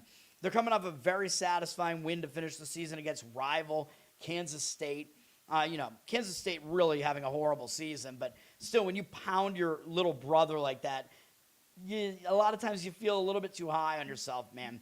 Maybe they do coming into this one against TCU. When I talked about the bracket here, I thought TCU had a chance in this game. Kansas is a 5.5-point favorite here. We don't really know what's going to happen with Peterson either. Kansas is best player there. Was supposed to be a high NBA draft pick. We don't know what's going to happen with him, man. 67% of tickets, 86% of the cash on Kansas. The money is coming in on Kansas. I kind of lean towards taking the points with TCU, the team that's more accustomed to the venue. Kansas, in some ways, somewhat plays better without Peterson. In a way, they beat Arizona without him, so I don't know. This Kansas team is very hard to figure out. It's going to be difficult to figure out what to do with them in the NCAAB tournament as well. All right, we got to finish this shit off, man. We have a lot more games to still get through here. We have the SWAC going on. They stagger their games. I think there are 2 SWAC games. Alabama A&M and Texas Southern. They're some of the middle seeds in that tournament. I don't know. I don't have much to say about it. Alabama State, I think they only played once against Texas Southern this year when I looked. They lost on the road by 15. Alabama A&M finished the season with a really tough game against Southern and lost the game right at the end. Southern probably the second best team in this conference. So that was a tough game for them. That was the last game they played. Texas Southern lost their last game pretty badly in their home finale against Prairie View A&M, who I believe is still alive. I think Prairie View just knocked out Bethune-Cookman yesterday, I'm pretty sure. So the 1 seed is gone in the SWAC here. Not that really matters because you're looking at a 16 seed, probably a Dayton 16 seed here, whoever wins this conference. Texas Southern had a worse game at the end of the season, I would say. I think Texas Southern is probably the way I would lean here, but I don't have a good feel on this at all. They're a pick'em in this game. They're probably the higher seed, though, so it might look too easy to play them. But there's no way I'm going to have anything to do with that one. And then the other SWAC game is Southern playing Arkansas Pine Bluff. Southern's the 2 seed, I believe. Pine Bluff, I guess, is probably the 7. Pine Bluff, neither of these teams have played yet in the tournament, so I don't know. I don't know how this tournament works. Arkansas Pine Bluff, I think this was a regular season finale against Alcorn where they absolutely destroyed them. They look pretty good in doing that. That Alcorn team is not very good, though. Southern is better. Don't be fooled by their bad overall record. They are a decent team in this conference. Actually, they're the 3 seed. My mistake. Florida A&M is the 2 seed, so this must be a 3-6 game here. Southern finished the season with 2 wins, but they kind of barely escaped against Alabama A&M there. So I think they might show up here. With Bethune-Cookman gone, Southern is the best team in this conference, but I think it's kind of wide open in this conference, though. Who knows what's going to happen. Southern's a 5-point favorite here. 60% of the tickets on them, but 78% of the cash on Pine Bluff. So the money is coming in on Pine Bluff. I don't really have much of a reason to not agree with that. When you see a strong market read like that, a lot of times you do just want to agree with it more often than not. So, I guess I'll agree with that one because I don't have any opinion on that really otherwise. All right, Mountain West. 4 games in the Mountain West. These games start later in the day, of course. The first game up is, I guess, Nevada and Grand Canyon, I think, is the first game up. These games were all at the Thomas and Mack in Vegas, which is UNLV's home arena, and they're still alive. Nevada played yesterday, and Grand Canyon did not, so Nevada does have a game under their belt. They crushed the hapless Air Force yesterday. Not really surprising, although maybe surprising that they won by so much. 35 points makes them maybe look a little bit too good coming into this game against Grand Canyon. Nevada won the only time they played this year, I'm pretty sure, was at Nevada. They won by 6. So this Grand Canyon team is definitely competitive, man. They moved up to the Mountain West, and they've played well in their first season in the Mountain West, man. And they're not really going to be thrown off by playing a tournament in Vegas, I don't think, because the WAC, where they were before this year, also plays in Vegas or just outside of Vegas. So it probably won't be a distraction for them. But they haven't played in this venue yet. They did finish the season by beating Air Force and Fresno. So they finished on a 2-game win streak. Maybe that will bust their momentum a little bit. But you know me, I thought Grand Canyon might be worth a look as a future in this tournament here, or, rollover or whatever. And sure enough, they're favored here. They're up from 2 to 4 now. 83% of tickets, 97% of the cash on Grand Canyon. The money is coming in on them. I probably agreed with it when it was 2.5. I don't think you could lay the 4, but I think they will win this game. And it looks like the money is coming in on them, even though Nevada does have sort of a location edge being in Vegas. You know, home of their rival there. Nevada is a Reno school, so that's not that close to Vegas, but, you know. And then, yeah, and Nevada having played yesterday is helpful to them too, but I would still probably lean to Grand Canyon in that one. No real strong opinion on it, though. The next game up in the Mountain West. How many Mountain West games are there? What are we doing here? Oh, I skipped UNLV. Sorry. Oh, shit. UNLV and Utah State is in the afternoon. I'm thrown off by that. Yeah, UNLV, they're playing in their home arena. They almost lost yesterday to Wyoming, but they got through that game. Wyoming definitely could have won that one. It was a 3-point win for UNLV. I watched the end of that. So UNLV did escape kind of, and they played in their venue here. So they are used to the venue, of course.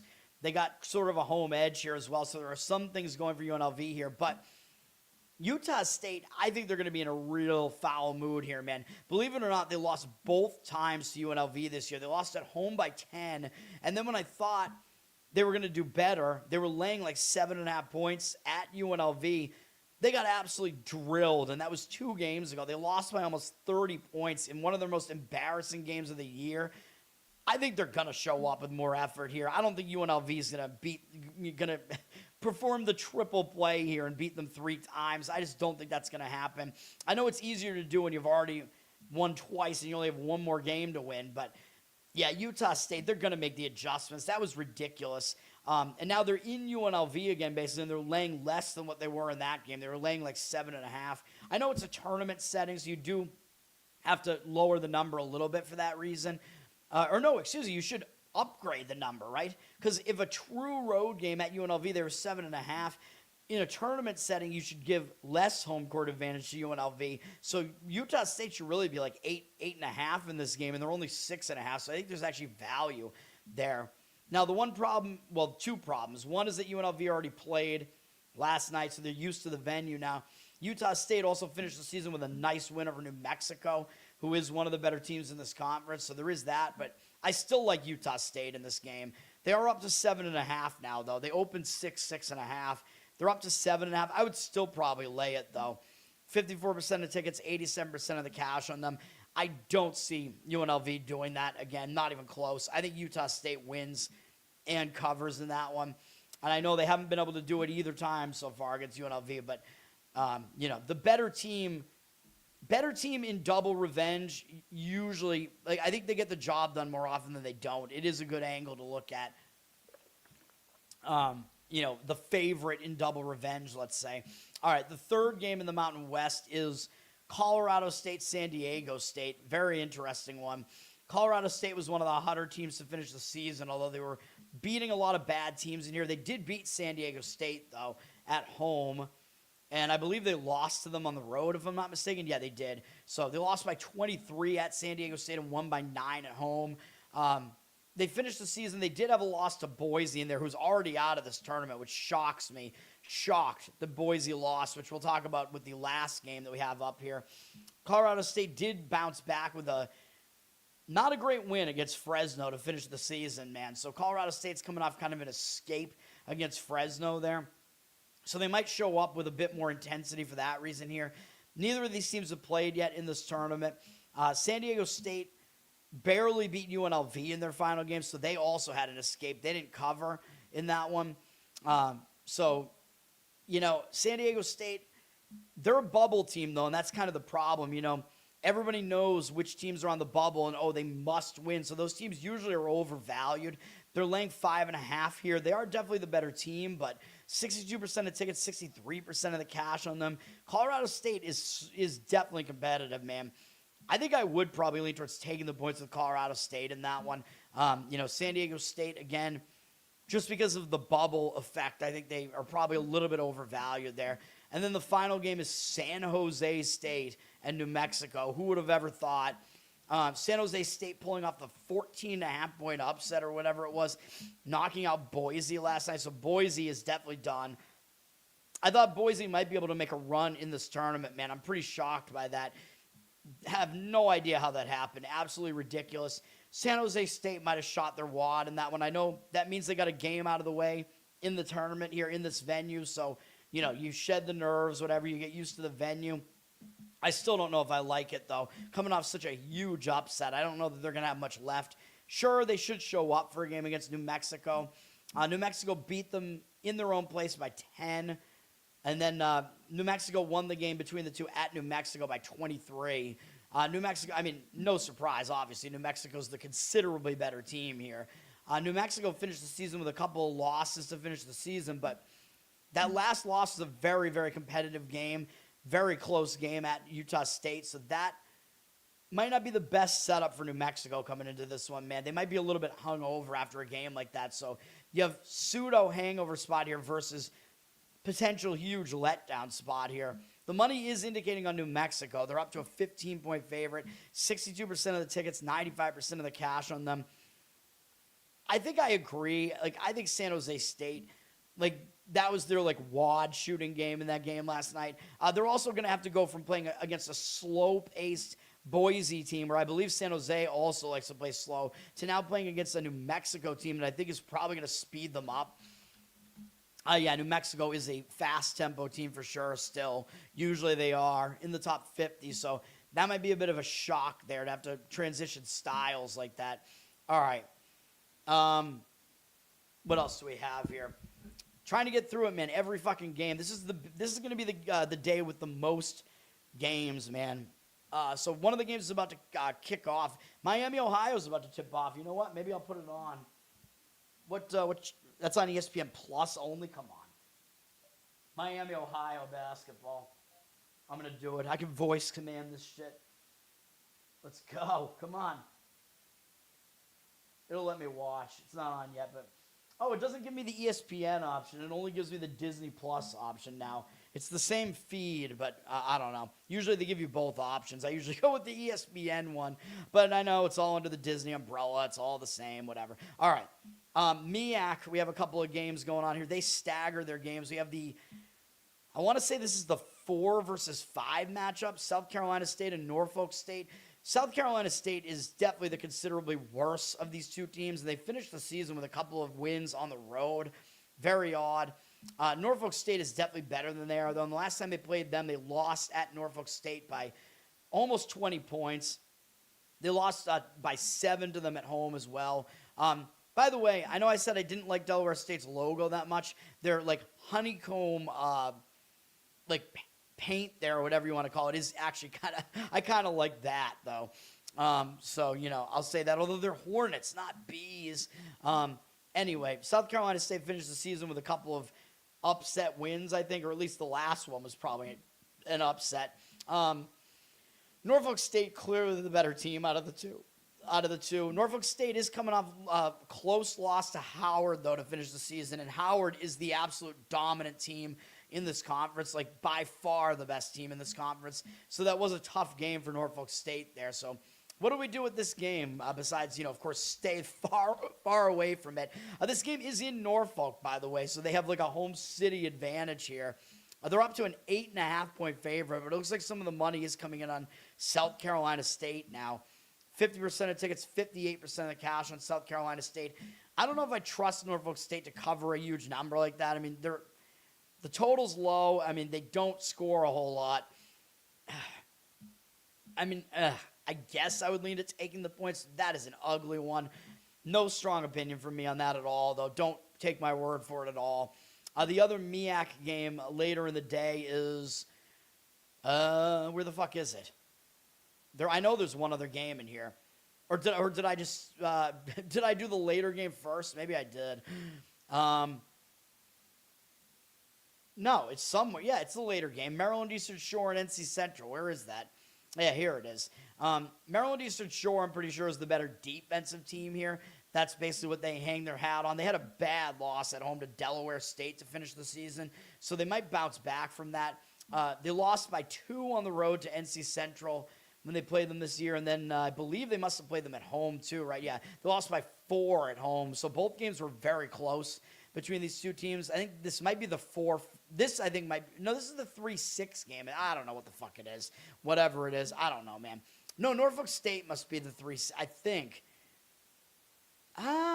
Actually, I don't know. I think Norfolk State is the 4-5 because I think they have to play Howard if Howard wins against whatever the 8 seed is or whatever. I don't do no. Howard gets a bye because there are only 7 teams in the tournament because Coppin State got thrown out of the tournament or whatever for, I don't know, some violation. I have no idea. It's a very, very weird tournament. But, yeah, I think this is the 3-6 game, I believe. NC Central, I think, is actually the 3 seed. They had a bad loss to end the season against South Carolina State.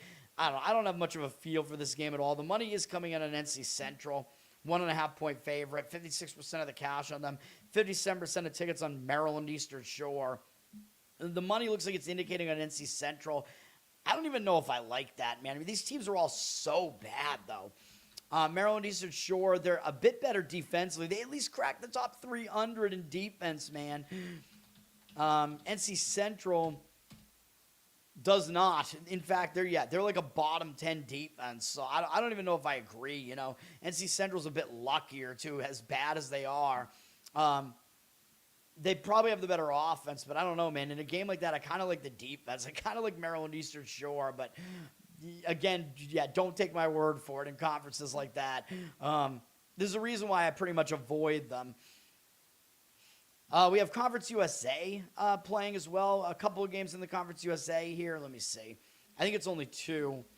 And there's WAC, and then I think we're done. I don't know. There's American as well. 2 in each of those. Middle Tennessee and Louisiana Tech, the first game up in the early evening. You know, I said I like Middle Tennessee to potentially make a run here. I know Louisiana Tech's decent team in this conference. Like, they're very good defensively, and I do like the better defense, and they are getting points here, so there is that. These games are all in Huntsville, Alabama, by the way. Middle Tennessee, I think, has really been kind of an under-the-radar team, though. They finished the season hot, but I don't love that because when a team ends the season hot like that, 5 wins in a row, you know, the conference tournament is like a reset. It can disrupt your momentum. So I don't love that from Middle Tennessee. Against Louisiana Tech, they lost at Louisiana Tech by 1, but they also beat them at home by 37. So Middle Tennessee, you know, I know that's kind of an outlier. I expect this game to be more like the second game that they played, but still, you know, and the momentum might be disrupted for Middle Tennessee here, but I don't know. Something tells me Middle Tennessee is the right side here, man. They're the better team. That's why they're laying points here. La Tech getting points. Hey, UMass scored already. They're winning the game, man. Louisiana Tech, I mean, look at what they did in their last game. They finished the season with 2 wins in a row, and they beat Liberty, who was the 1 seed, although I know Liberty has been bounced from the tournament. I told you Liberty wasn't going to make it. They weren't going to win this tournament. Louisiana Tech beat them towards the end of the regular season, and then their final game of the season, they beat Delaware 81-38. I mean, come on. I know their defense is good, but come on, man. So I think that's going to overvalue Louisiana Tech a little bit coming into this, and that's just absurd. Neither of these teams have played in this tournament yet. I like Middle Tennessee. They're up to 2.5 here, 71% of tickets, 96% of the cash on them, but we will see. We will Middle Tennessee. And then Kennesaw and Western Kentucky are playing in the other game. None of these teams have played yet in the tournament, I don't think. I think these are all like the middle seeds in the tournament. Kennesaw is getting the money in this one, 50% of tickets, 77% of the cash on them. Western Kentucky is up to a 1-point favorite, though. But this game, I do think there's a double revenge scenario in this one. Let me find it. I also hear, I think my HOA is fucking mowing the grass out there or something. It very much annoys me. I hate that fucking sound. Kennesaw lost their last 2 games to end the season. So, you know, they might have a bit of a reset here. Against Western Kentucky, though, I think they beat them both times. Like I said, yeah, they beat them on the road by 16, and they beat them at home by 3, I think it was. I just lost it. I just saw it in there. I don't know. 3. So Kennesaw did beat them both times, beating them by more on the road somehow. Now, Kennesaw is new to this conference, though. They were in the Atlantic Sun, I think, up until last year. Or maybe until this year. But they're still playing in the same area of the country, so I don't think it's really going to throw them off that much. Western Kentucky finished the season with a couple of ugly losses, especially, they lost real ugly to FIU to end the season. So, you know, I think this could be a reset for them here. It's double revenge. Western Kentucky is actually a slightly better team. I actually lean towards Western Kentucky in this one. I don't really agree with the money there. I agree with the initial move on Western Kentucky in that one. That is the way that I would lean there. All right. Oh, and we have Big West, too. God, there's so many games to talk about here. We got the American Conference going on here. I think all these games might be at night in the American. Tulane and Charlotte, this is like the battle of the overrated here. Both of these teams are not as good as people think they are. Neither team is as good as their record looks. Tulane did play yesterday in the tournament, so they got a game out of the way in the tournament, which should be good. As far as, they got adjusted to the venue. They got the win, but it was a win over Memphis, who is like kind of a staple of this conference, and that was an upset. This Memphis team, Penny Hardaway's got to be fired, man. How many games is Memphis going to lose as a favorite? How many games is Memphis going to be completely non-competitive as an underdog, too, It's just insane. Tulane's not that good of a team. Now they're playing Charlotte, who's also not good. These teams played once this year. I think it's Charlotte won by 3 at home. Not much to really see there. Tulane is adjusted to the venue here, like I said. They are the team with the better record, though, so people might be hanging their hat on that. People might be looking at that as far as the betting is concerned. Charlotte lost their last 3 games of the season, getting blown out by the top team in the conference, South Florida, at the end of the season there. Charlotte is a 1-point favorite here, though, and the public is coming in on Tulane. Like I said, 85% of the tickets, only 66% of the cash. These games are all in Birmingham, Alabama, and which is going to help UAB. Stupid.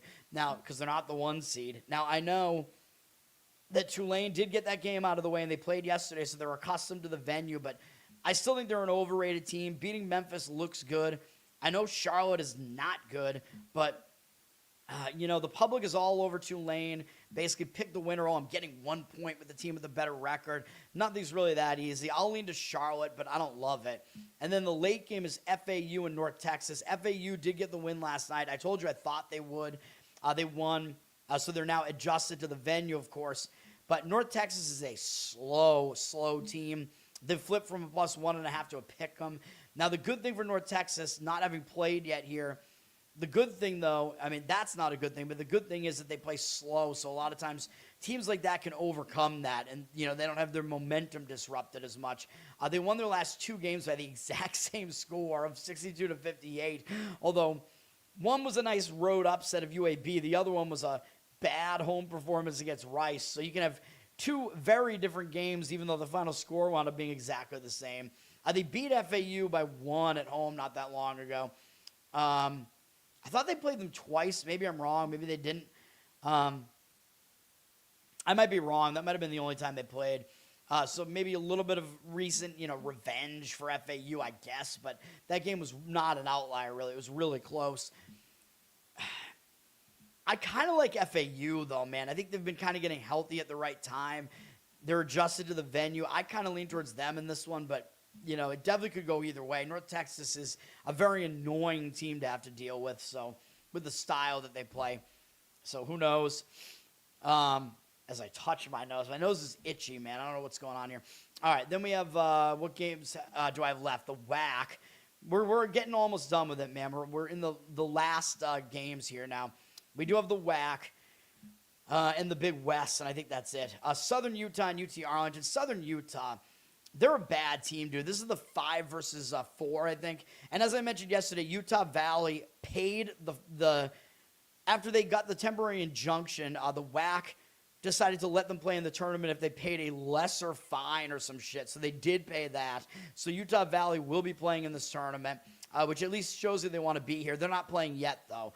But Southern Utah, they're a bad team, dude. Like, power ratings-wise, I think they're the worst team in this whole conference. So, needless to say, I don't think they're going to win against UT Arlington. They did beat them once this year. The most recent matchup, they won at UT Arlington. It was kind of double revenge because I think they lost to them the other 2 games. Yeah, they did. So they lost at home and on the road. In the WAC, these teams play each other 3 times.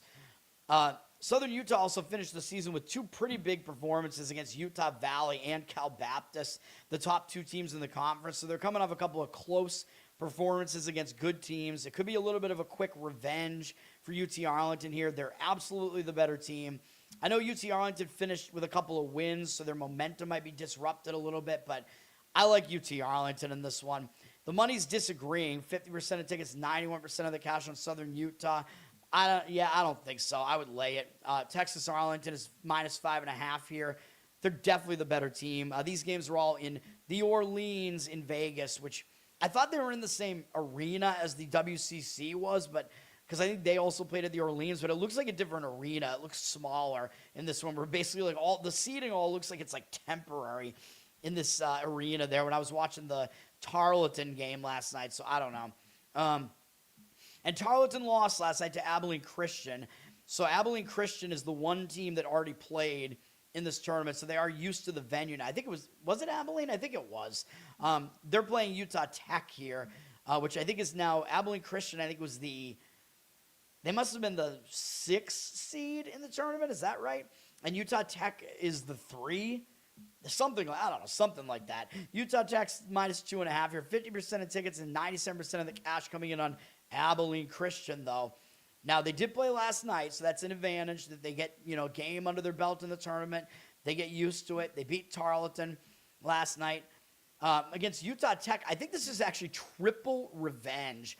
They lost by 4 at Utah Tech, the most recent game. They lost by 6 at home, and they lost by, 15 at home as well. So triple revenge for Abilene Christian. Can Utah Tech beat them 4 times in 1 year? I don't know, man.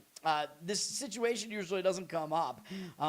Utah Tech, I don't like the spot they're in either, man. I mean, they had that huge game against Utah Valley in their home finale, and they took them to double overtime, I think is what that was. I was watching the end of that. That was insane. So Utah Tech really could be flat coming off a performance like that, even though I know they've had some time off now, but they're also not used to this venue yet. So I like Abilene Christian in this one. This one was actually closer to being a play for me, believe it or not. Plus the 2.5 in that one. I would lean to Abilene Christian. I think Utah Tech's an overrated team, too. I don't even really think they're the 3rd best team in this conference. So that's what I have to say about that. And then we have the Big West, I think is the last conference I have to hit here, right? I believe so. We have UC San Diego against Cal State Northridge. UC San Diego played last night, so they're already used to this venue. They're playing in Vegas as well. I think it's Henderson, Nevada in this one, though, outside of Vegas. UC San Diego looked like they were going to lose, man, to Cal Poly last night. They had a bad game against Cal Poly. They escaped with a win, and you know me, I like good teams that escape, and that's what they did last night. They were a decent-sized favorite, had a real scare last night, and they're now used to the venue. So I like all that. And they most recently lost to Cal State Northridge, who they're playing tonight. They lost by 17 against them on the road, and they actually lost at home to them, too, by 5. So I think UC San Diego might make some adjustments here, man. They're actually the better team here. Cal State Northridge coming into this one. They did lose their last game to Fullerton, so they did end the season on kind of a bad note. 3 losses in their last 4 games, barely getting by Bakersfield, who's the worst team in the conference, other than the fact that they have a pimp coach. So Cal State Northridge, I mean, they might use this as a reset and come in and play better in this one. But I like UC San Diego in this one. They're laying 3 points here, even though they're the lesser seeded team. So I do kind of like that. But the public, might not buy into that much because they do have the better overall record. 67% of tickets, 94% of the cash on Northridge. I don't really agree with it, though. I like UC San Diego in that one. We'll see what the market looks like at night there. And then once we get to, when the game actually happens. And then the final game is the latest game at 11:30, along with a couple other games I just talked about. UC Davis and Cal State Fullerton. UC Davis also played last night, so they're now adjusted to the venue. They beat UC Santa Barbara last night. Now they're playing Fullerton, and they actually lost on the road at Fullerton by 1 the last time they played them. They beat them at home by 5. So these two teams played a couple of really competitive games this year. Davis does have the edge of having played last night, though. Fullerton, they had 3 huge games in a row to end the season, losing by 2 at home to Hawaii, who we haven't seen play yet in the tournament, one of the top teams in the conference. They beat UC San Diego at home, who's one of the best teams in this conference as well, even though they weren't seeded like it. And then they beat Cal State Northridge on the road, another pretty big win against one of the better teams in the conference. Now they're playing a UC Davis team they did just beat the last time they played them. I kind of like UC Davis in this one, man. The money's all coming in on Fullerton, which would worry me. That market read is very strong on Fullerton, but I don't really agree with it. UC Davis, 53% of tickets on them, 87% of the cash on Fullerton. I think I would lean to Fullerton. I think I would lean to UC Davis. The money is coming in on Fullerton. I lean to UC Davis slightly, but I don't want to emphasize that because it's not a strong opinion for me. All right, that's all of college basketball. We're going to do NHL in a second when I get back. It's a massive NHL board, which I hate because I got to go through and talk about all the games, and I don't even have an NHL game that I like enough for a play. I'm trying to be selective here, man. So you can check out the board. I'll be back in a second.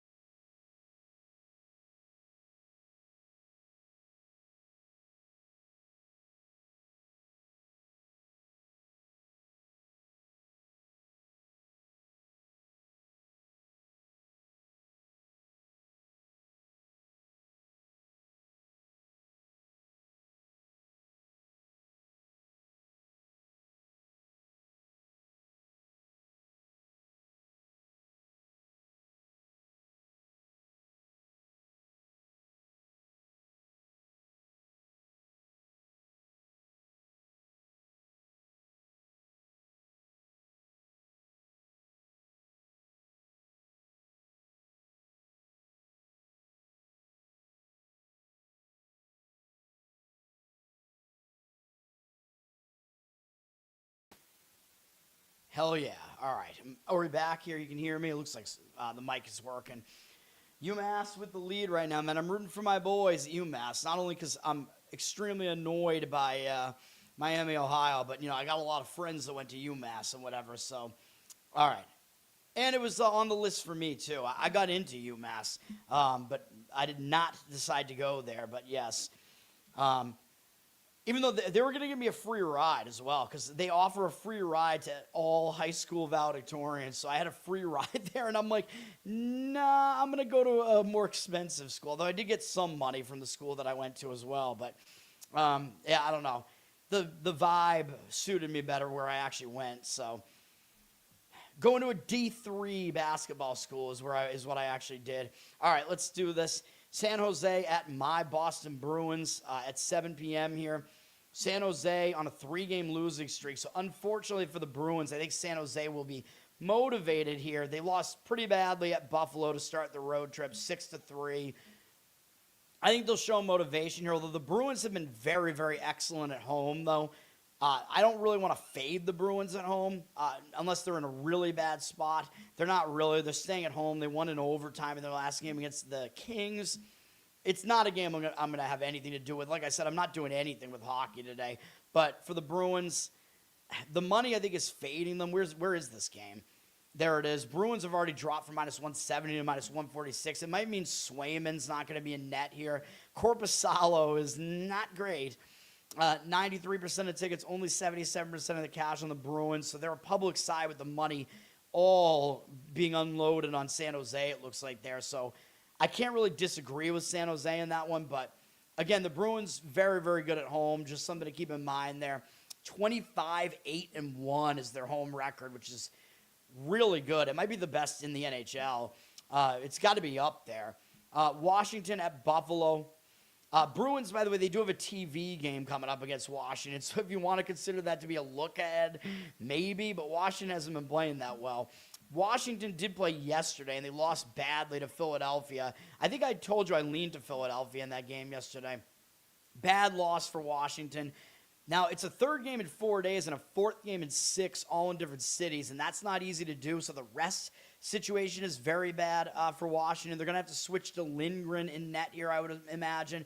He hasn't been great. They've given up a lot of goals when he's played, his last few times that he's played. but they're probably going to at least give you an effort against Buffalo. I mean, Buffalo's good. Everybody's going after them probably. Like, when you play Buffalo, you're going to get up for the game, Buffalo's won 8 games in a row, I think. They just pummeled San Jose the other day. They have a day off, so they do have a rest advantage here. I kind of lean towards Washington, though. Buffalo's up to minus 203. You get a real big underdog price on Washington if you want it. I don't want it, but, we don't really see the ticket percentages yet. But it would be like a Washington puck line, maybe. I don't know. That game, yeah, no real good read on that. Anaheim is going to be at Toronto. Anaheim, as I continue to point out, they are better at home than they are on the road. They did, however, just win on the road against Winnipeg on Tuesday. So they started off the road trip with a win, on the right note, on the right foot. Going to Toronto, who's really having a bad season. Toronto on a massive losing streak here, to 8 losses in a row. That is bad. They just lost at Montreal, which is a big game for both teams. So they are coming off a big game. There could be the potential of a hangover there. Big game up next against Buffalo. But when you're losing to everybody, I don't think you're really going to overlook anybody, man. So this is not a game I want anything to do with either. Toronto's minus 109, basically. We don't really see the percentages yet. 90% of the tickets, 93% of the cash on Anaheim. I can't really read that market either, man. It's a very tough game to even figure out. So that game is a pass as well. We're skipping it. I could see a few arguments for Anaheim in that game, though, with Toronto coming off a tough game against Montreal with a bigger game on deck. But I do not want to really fade a team that it might be in desperation mode and trying to win any game they can. Detroit at Tampa Bay is one of the better games of the day. 2 good teams here. Tampa Bay have been struggling a little bit recently, but they are better than they look recently, I'll tell you that. Detroit just lost at Florida on a tough game. They lost 4-3. Really difficult game there. So they're having to do the Florida trip here, play both Florida teams in 3 days. So that's not that easy to do. Potential that they could have a bounce back here, but it's difficult. And they got Dallas on deck too, so they're having to play 3 big games in a row. Obviously, they'll get up for this game, mentally and whatever. But for Tampa Bay, they've been on a bad losing streak. They've lost 6 of their last 7 games. Their only win coming against Toronto, but a lot of those games are on the road. They return home from a road trip, and I always talk about how difficult it is to return home from a road trip. They had a bad loss at home to Columbus. A lot of times when that happens, you return home from a road trip and you have a bad game, it's because you're distracted. You got to get back to home life, and a lot of times you play a lot better in the next game. So I think that might be what we're going to get here. This Tampa Bay team is nowhere near this bad, so I do like Tampa Bay here. They dropped from minus 220 to minus 205. 88% of the tickets, 92% of the cash on them. They'll probably be a public side.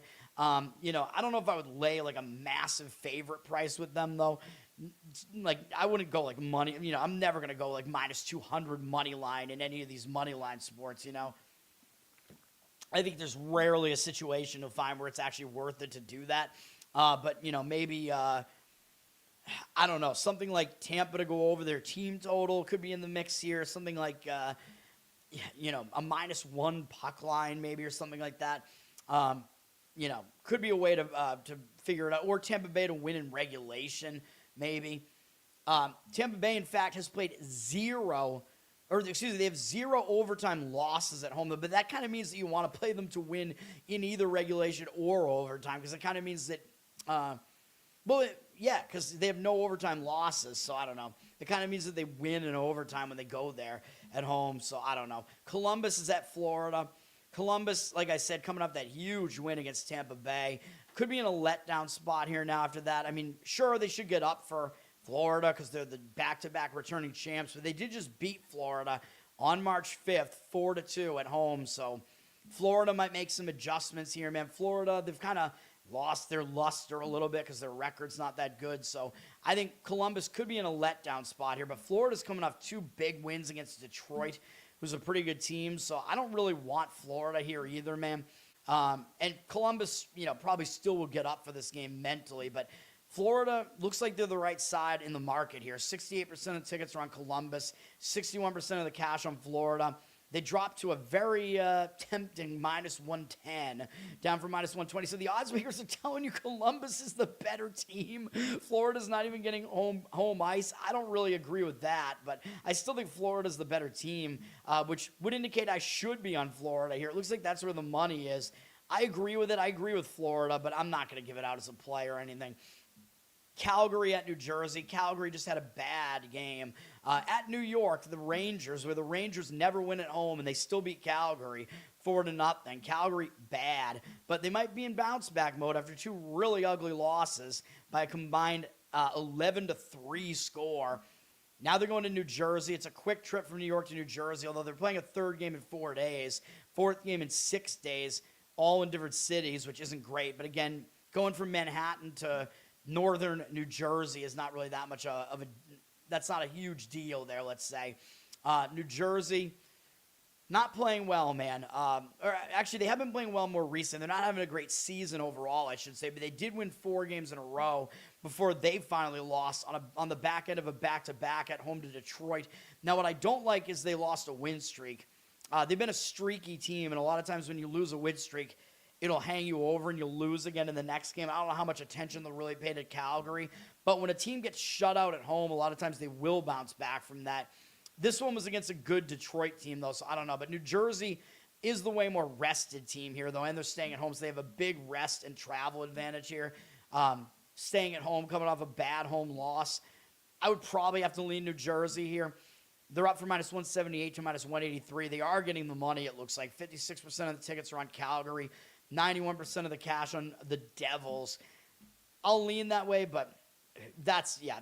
My strongest opinion that I've talked about, and probably actually my strongest opinion out of any of these games, is actually Florida. That's how bad this board is today, man. St. Louis is at Carolina. We did get the win against St. Louis, and, you know, if you think I was lucky getting that win with the Islanders there, the overtime win with the Islanders the other night, Islanders had to come back from down 3-0. Look at the stats in this game, though. And this wasn't just because the Islanders were losing, the fact that they outshot St. Louis. They were outshooting them all game. Like, they had a 20-shot lead when they were down, like, 1-0. They outshot St. Louis 49-23. They had more than half the face-offs won, and they outhit St. Louis. So they dominated this game. Like I said, that was ridiculous. So St. Louis, who we're talking about here, they were bad in that game, but they almost pulled off an upset of a pretty good team. So they're coming off of that performance. That ended a win streak for them, too, so that could hang them over a little bit. Although, you got to think they'll get up mentally for a game against Carolina, though. Carolina coming into this game with a bounce. They had a bounce-back win over Pittsburgh. That was a decent win after Carolina lost to Calgary to finish their road trip. Nice bounce-back win despite it being a return home spot. They got the win, but they do have a huge game on deck against Tampa Bay, although they did beat Tampa Bay not that long ago. I think they might be looking ahead to that, so that's the problem with Carolina here, really. Carolina minus 270, down from minus 292. They look pretty public, 95% of tickets, 98% of the cash. I don't know, can't really put much weight into numbers like that, but I know it's real ugly, but I guess a slight lean for me to St. Louis is like a big puck line underdog, but no way I want to touch that game. Hulu has one of the better games of the night, which is Edmonton at Dallas. Edmonton's coming off a really big win on the road at Colorado, and they beat Vegas the game before that, also on the road. So they're coming off 2 big road wins. Now they got to play a third big road game in a row. Could be difficult, man. I mean, obviously you're not going to overlook Dallas, but coming off winning in elevation at Colorado is a pretty sizable underdog. That's not something you just, overcome with ease, let's just say. Dallas coming into this game off of beating Vegas, staying at home. They played 2 nights ago. Both of these teams played 2 nights ago. Dallas staying at home, though, 1-2-1. I think the spot does set up better for Dallas here. That's probably the way I would lean here. The money looks like it's on Edmonton, though. Dallas dropped from minus 135 to minus 128. I don't really agree with that. There's no way I'm going to jump on a team after they beat Colorado, At the very least, I'm going to stay away from it. 54% of tickets, 84% of the cash on Edmonton for now, but I don't really agree with that one. Philadelphia is at Minnesota. Philadelphia did win yesterday. Like I said, they're one of the only teams playing on a back-to-back tonight. They beat Washington yesterday at home. Now they got to travel to Minnesota for a single game road trip with no rest. Maybe not that easy, although you probably will get up for a game against Minnesota just because they've had a good season. So they're not a team that you're going to overlook. Minnesota just had a smackdown of Utah at home. They beat Utah 5-0 at home. And Minnesota was returning home from a quick road trip. But they were coming off beating Vegas and losing to Colorado in a shootout. I don't know how Minnesota had such a great game in a spot like that, but they did. Maybe they're feeling a little bit high on themselves here after that. This is a tough call as well. I think I would probably lean to Philadelphia, to be honest. You're going to get a pretty big underdog price here, even though they did play yesterday. Minnesota down from -250 to -235 here. They're coming off a really satisfying win, though, I will say that. Can't really see the percentages yet here. You know, the percentages that we see here don't help at all. But, yeah, probably would be a puck line play for Philadelphia. But, again, I don't want anything to do with any of these games. Rangers are coming off that 4-0 shutout, actually winning at home against Calgary. Now they're going out on the road to start a quick road trip. A lot of times when you start a road trip with momentum, though, you will be focused. But, you know, do you think they'll be overconfident after a shutout win at home? I don't know. Probably not, because when you're having a bad season, you can't really be overconfident. But they are playing a fourth game in 6 days, all in different cities, which is not easy to do. Having to go from New York to Winnipeg here with like 1 day off. Winnipeg is staying at home. They just took a pretty ugly loss at home to Anaheim, so they might actually show up, even though they do have Colorado on deck. Winnipeg's not having a good season either, so they can't really overlook anybody.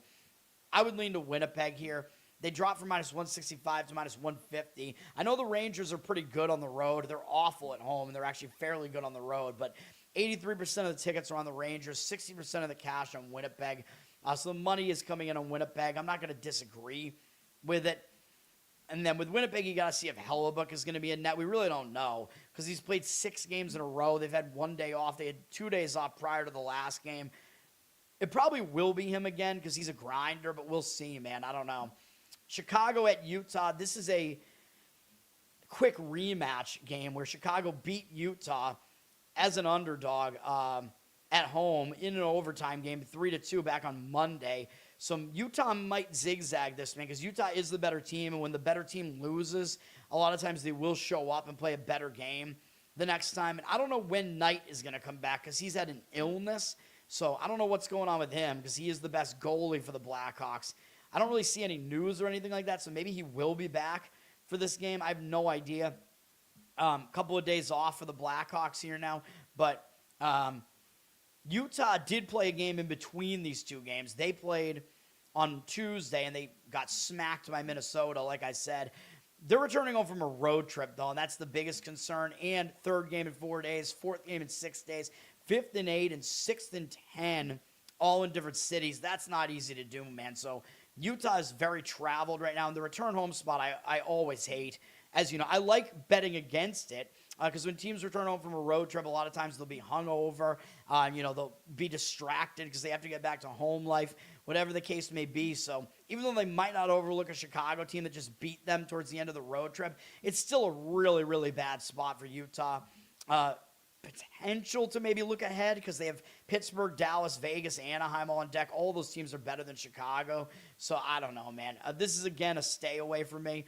But looking at the market here, Utah dropped from -235 to -210. They look public. I mean, 91% of tickets, 98% of the cash. I don't know what weight to put into that. But I'd probably still lean to Chicago on the puck line in that one. But not a strong opinion from me there either. Nashville and Vancouver. Nashville, they just beat Seattle for the second game of this road trip here. Seattle, I thought Seattle would be in a decent spot in that one. I don't remember what my thoughts were on that, but it was a nice win for Nashville, I guess, against an overrated Seattle team, though. Now they're playing Vancouver, who is an awful team, and on deck they do have Edmonton, so they got to go to Edmonton after this. So there could be a look ahead maybe here because Vancouver's just very easy to overlook. Vancouver's had 2 days off, and they're staying at home, and they got shut out at home in their last game by Ottawa. So I think I would lean to Vancouver here. A lot of times when a team's staying at home and they got days off to recover from it, they give you a better effort in the next game. Nashville is up to -158 as a road favorite. 89% of tickets, 85% of the cash on them, so they're public side too.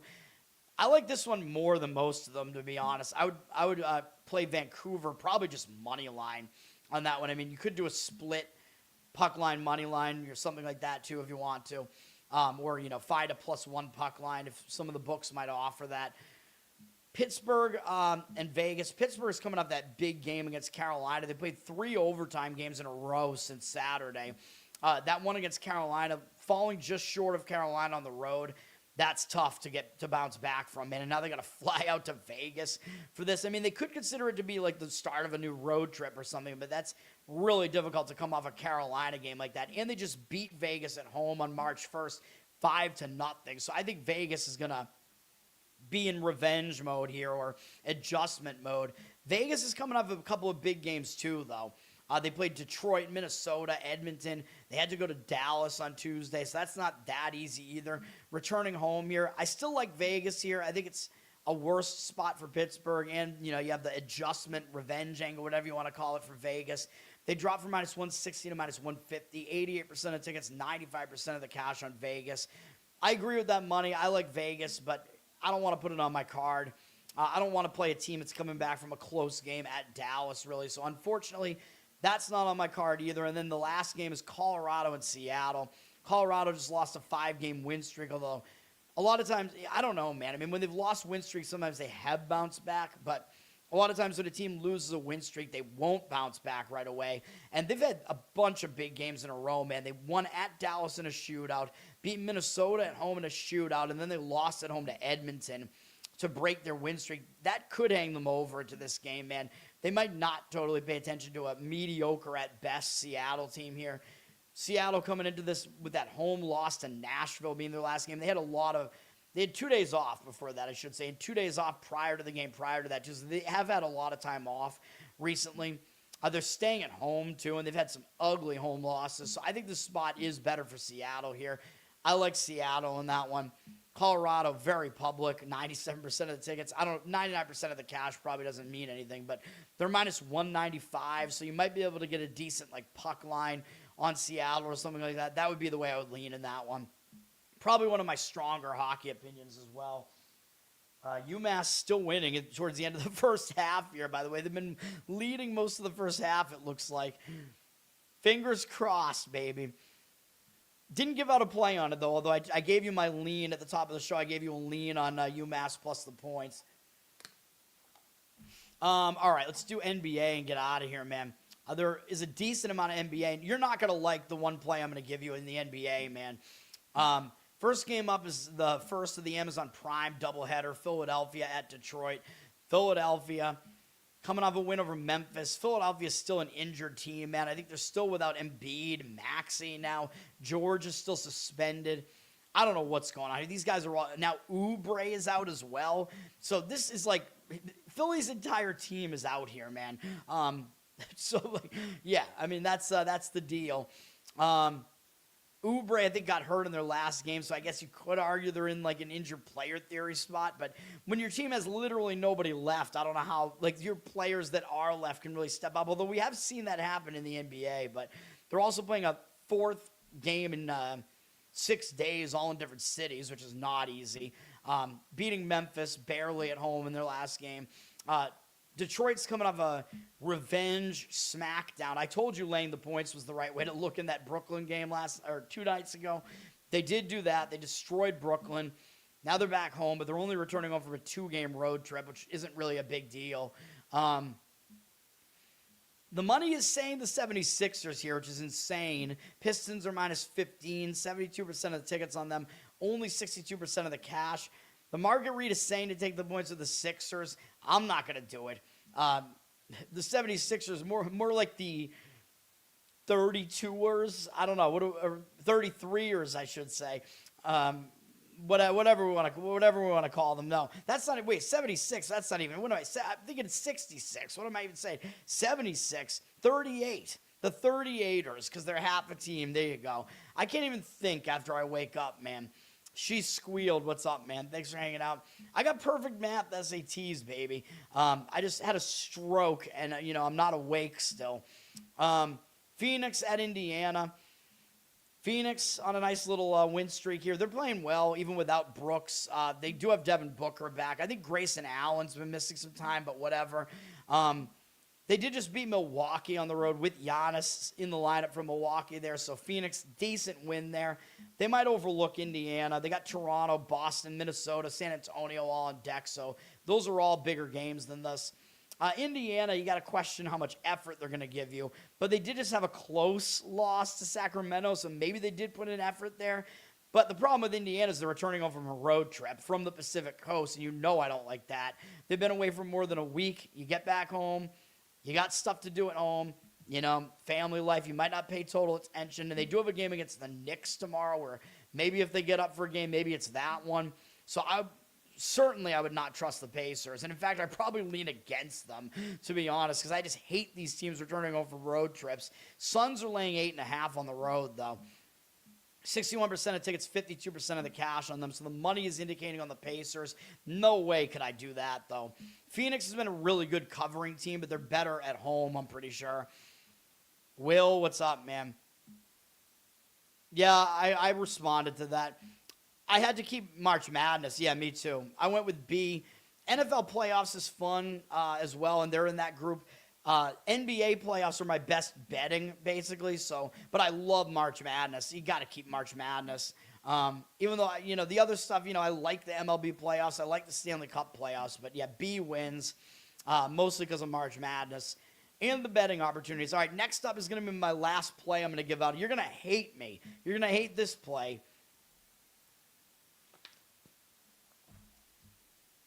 We're going to be on two different Washingtons here. Yeah, that's right. We're playing the Washington Wizards again here, plus 15.5. Hear me out, man. Hear me out.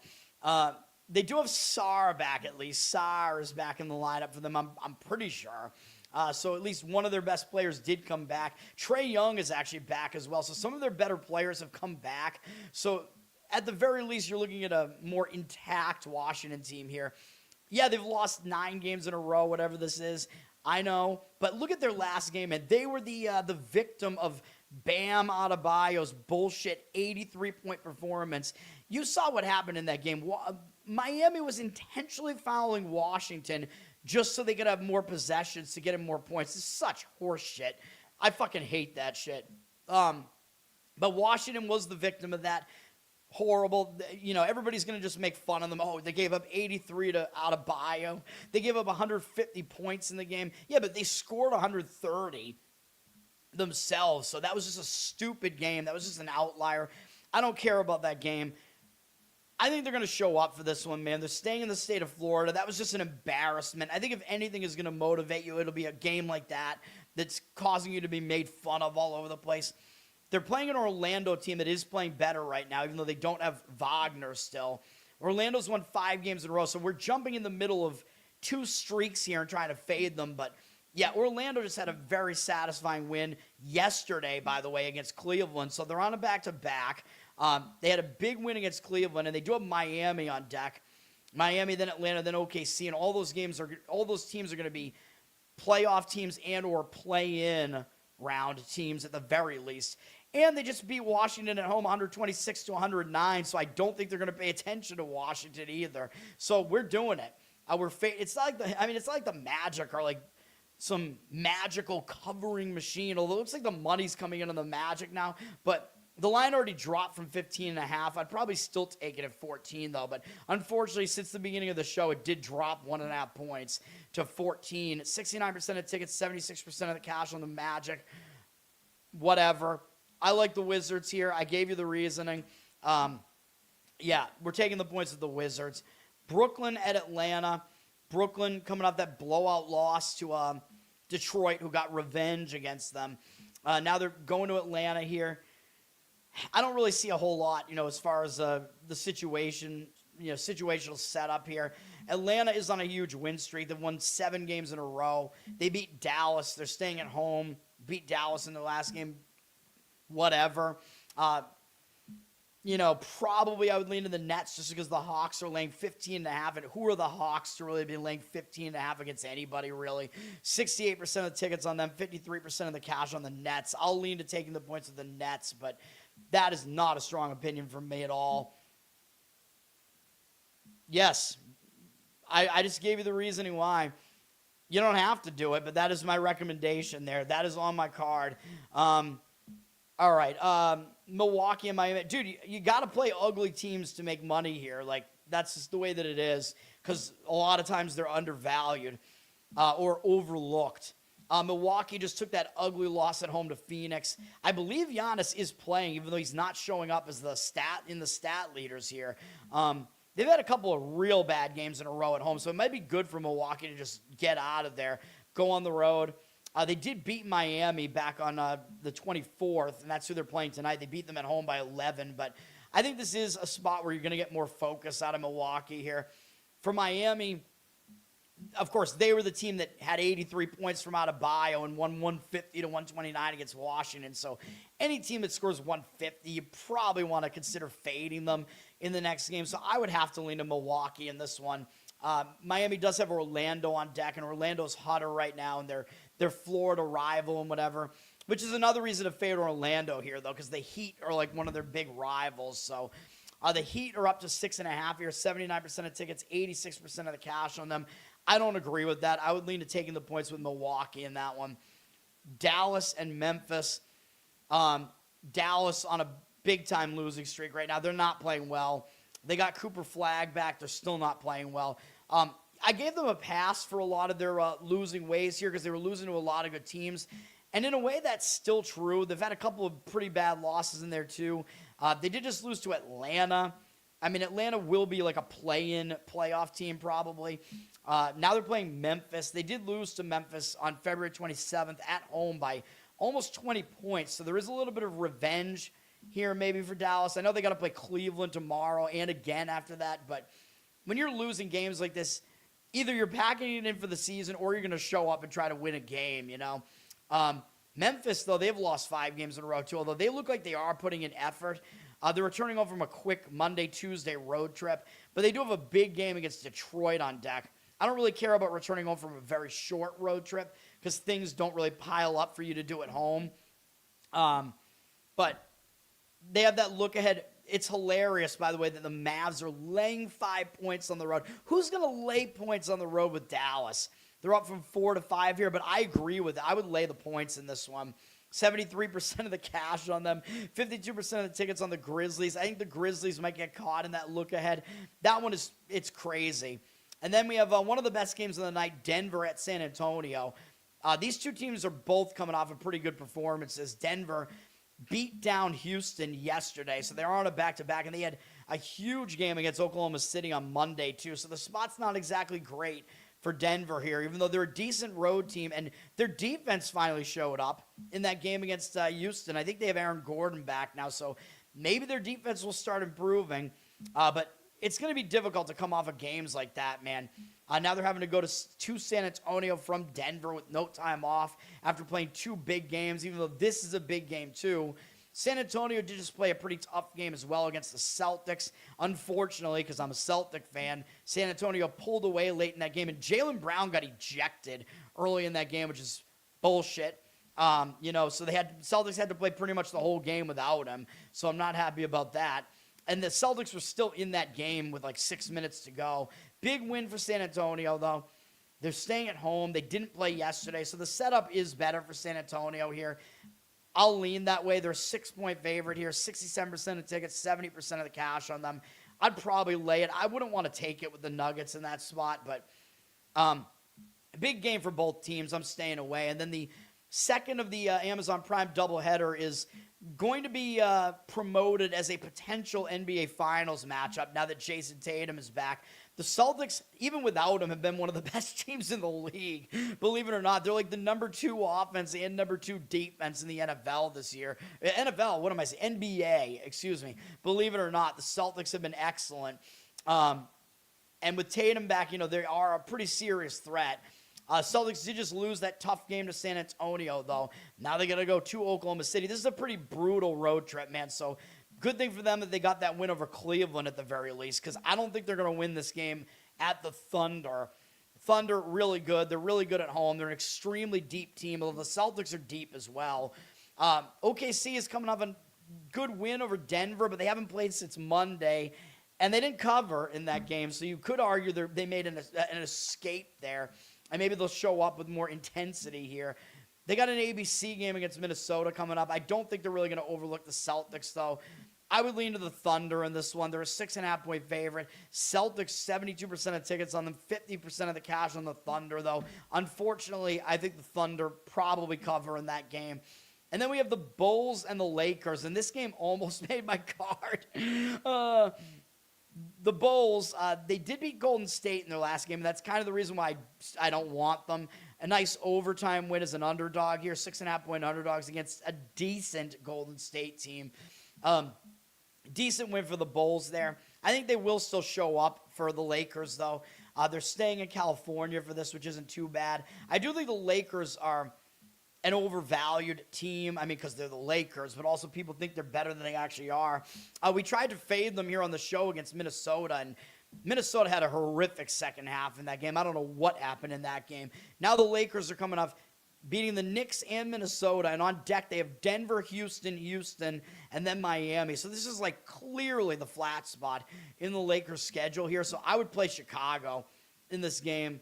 The only issue I have is Chicago's coming up that upset win on the road, and that's the one thing I don't like about it. Lakers are an 11-point favorite. 89% of tickets, only 70% of the cash on the Lakers. Yeah, I would take the points, man, with the Bulls in that one. And that if I was gonna add another play, it would be that. That's it. Finally, 2.5-hour video. My plays one more time. None of them have started yet. We're on in college basketball. We're trying to redeem ourselves in the conference tournaments. St. Bonaventure plus the points in the A10 tournament. Kent State minus the points in the MEAC tournament. Washington in the Big Ten plus the points. I know you guys don't like that one. And then the even worse Washington. Well, no, the Washington Wizards would beat the Washington Huskies. But Washington plus the points in the NBA. That's going to do it. Let's get back on the winning side, man. Have a good one. I got to have some lunch, and I got to put out the Instagram videos. Let's go, UMass. Come on, man. Let's make it really tough for the committee having to analyze a Miami, Ohio bad loss. Let's go, man. Thank you. I appreciate everybody hanging out in the chat. Yeah, she squealed, Will, Dirty Sock, all you guys. Who else was in here? Mr. Pinsey, Hindian, Amanda. If you hung out for the whole show, I would be shocked. That's going to do it. Learn to Toad on Twitter. Learn to Toad on Instagram. Check it all out. Like, subscribe. Give me replies here on the channel here. Listen on audio, Apple, Spotify. Give me good reviews on those as well. Covered in Uke is my ukulele channel on YouTube. You can check that out. Patreon.com/LearnToToad for some bonus Uke stuff there. And Losercast every Tuesday night. That's going to do it, man. Enjoy the conference tournaments. March Madness, we're in March Madness already, according to me. But, the tournament's going to be crazy. I'm going to have more content related to that, of course. That's going to do it for now. Peace.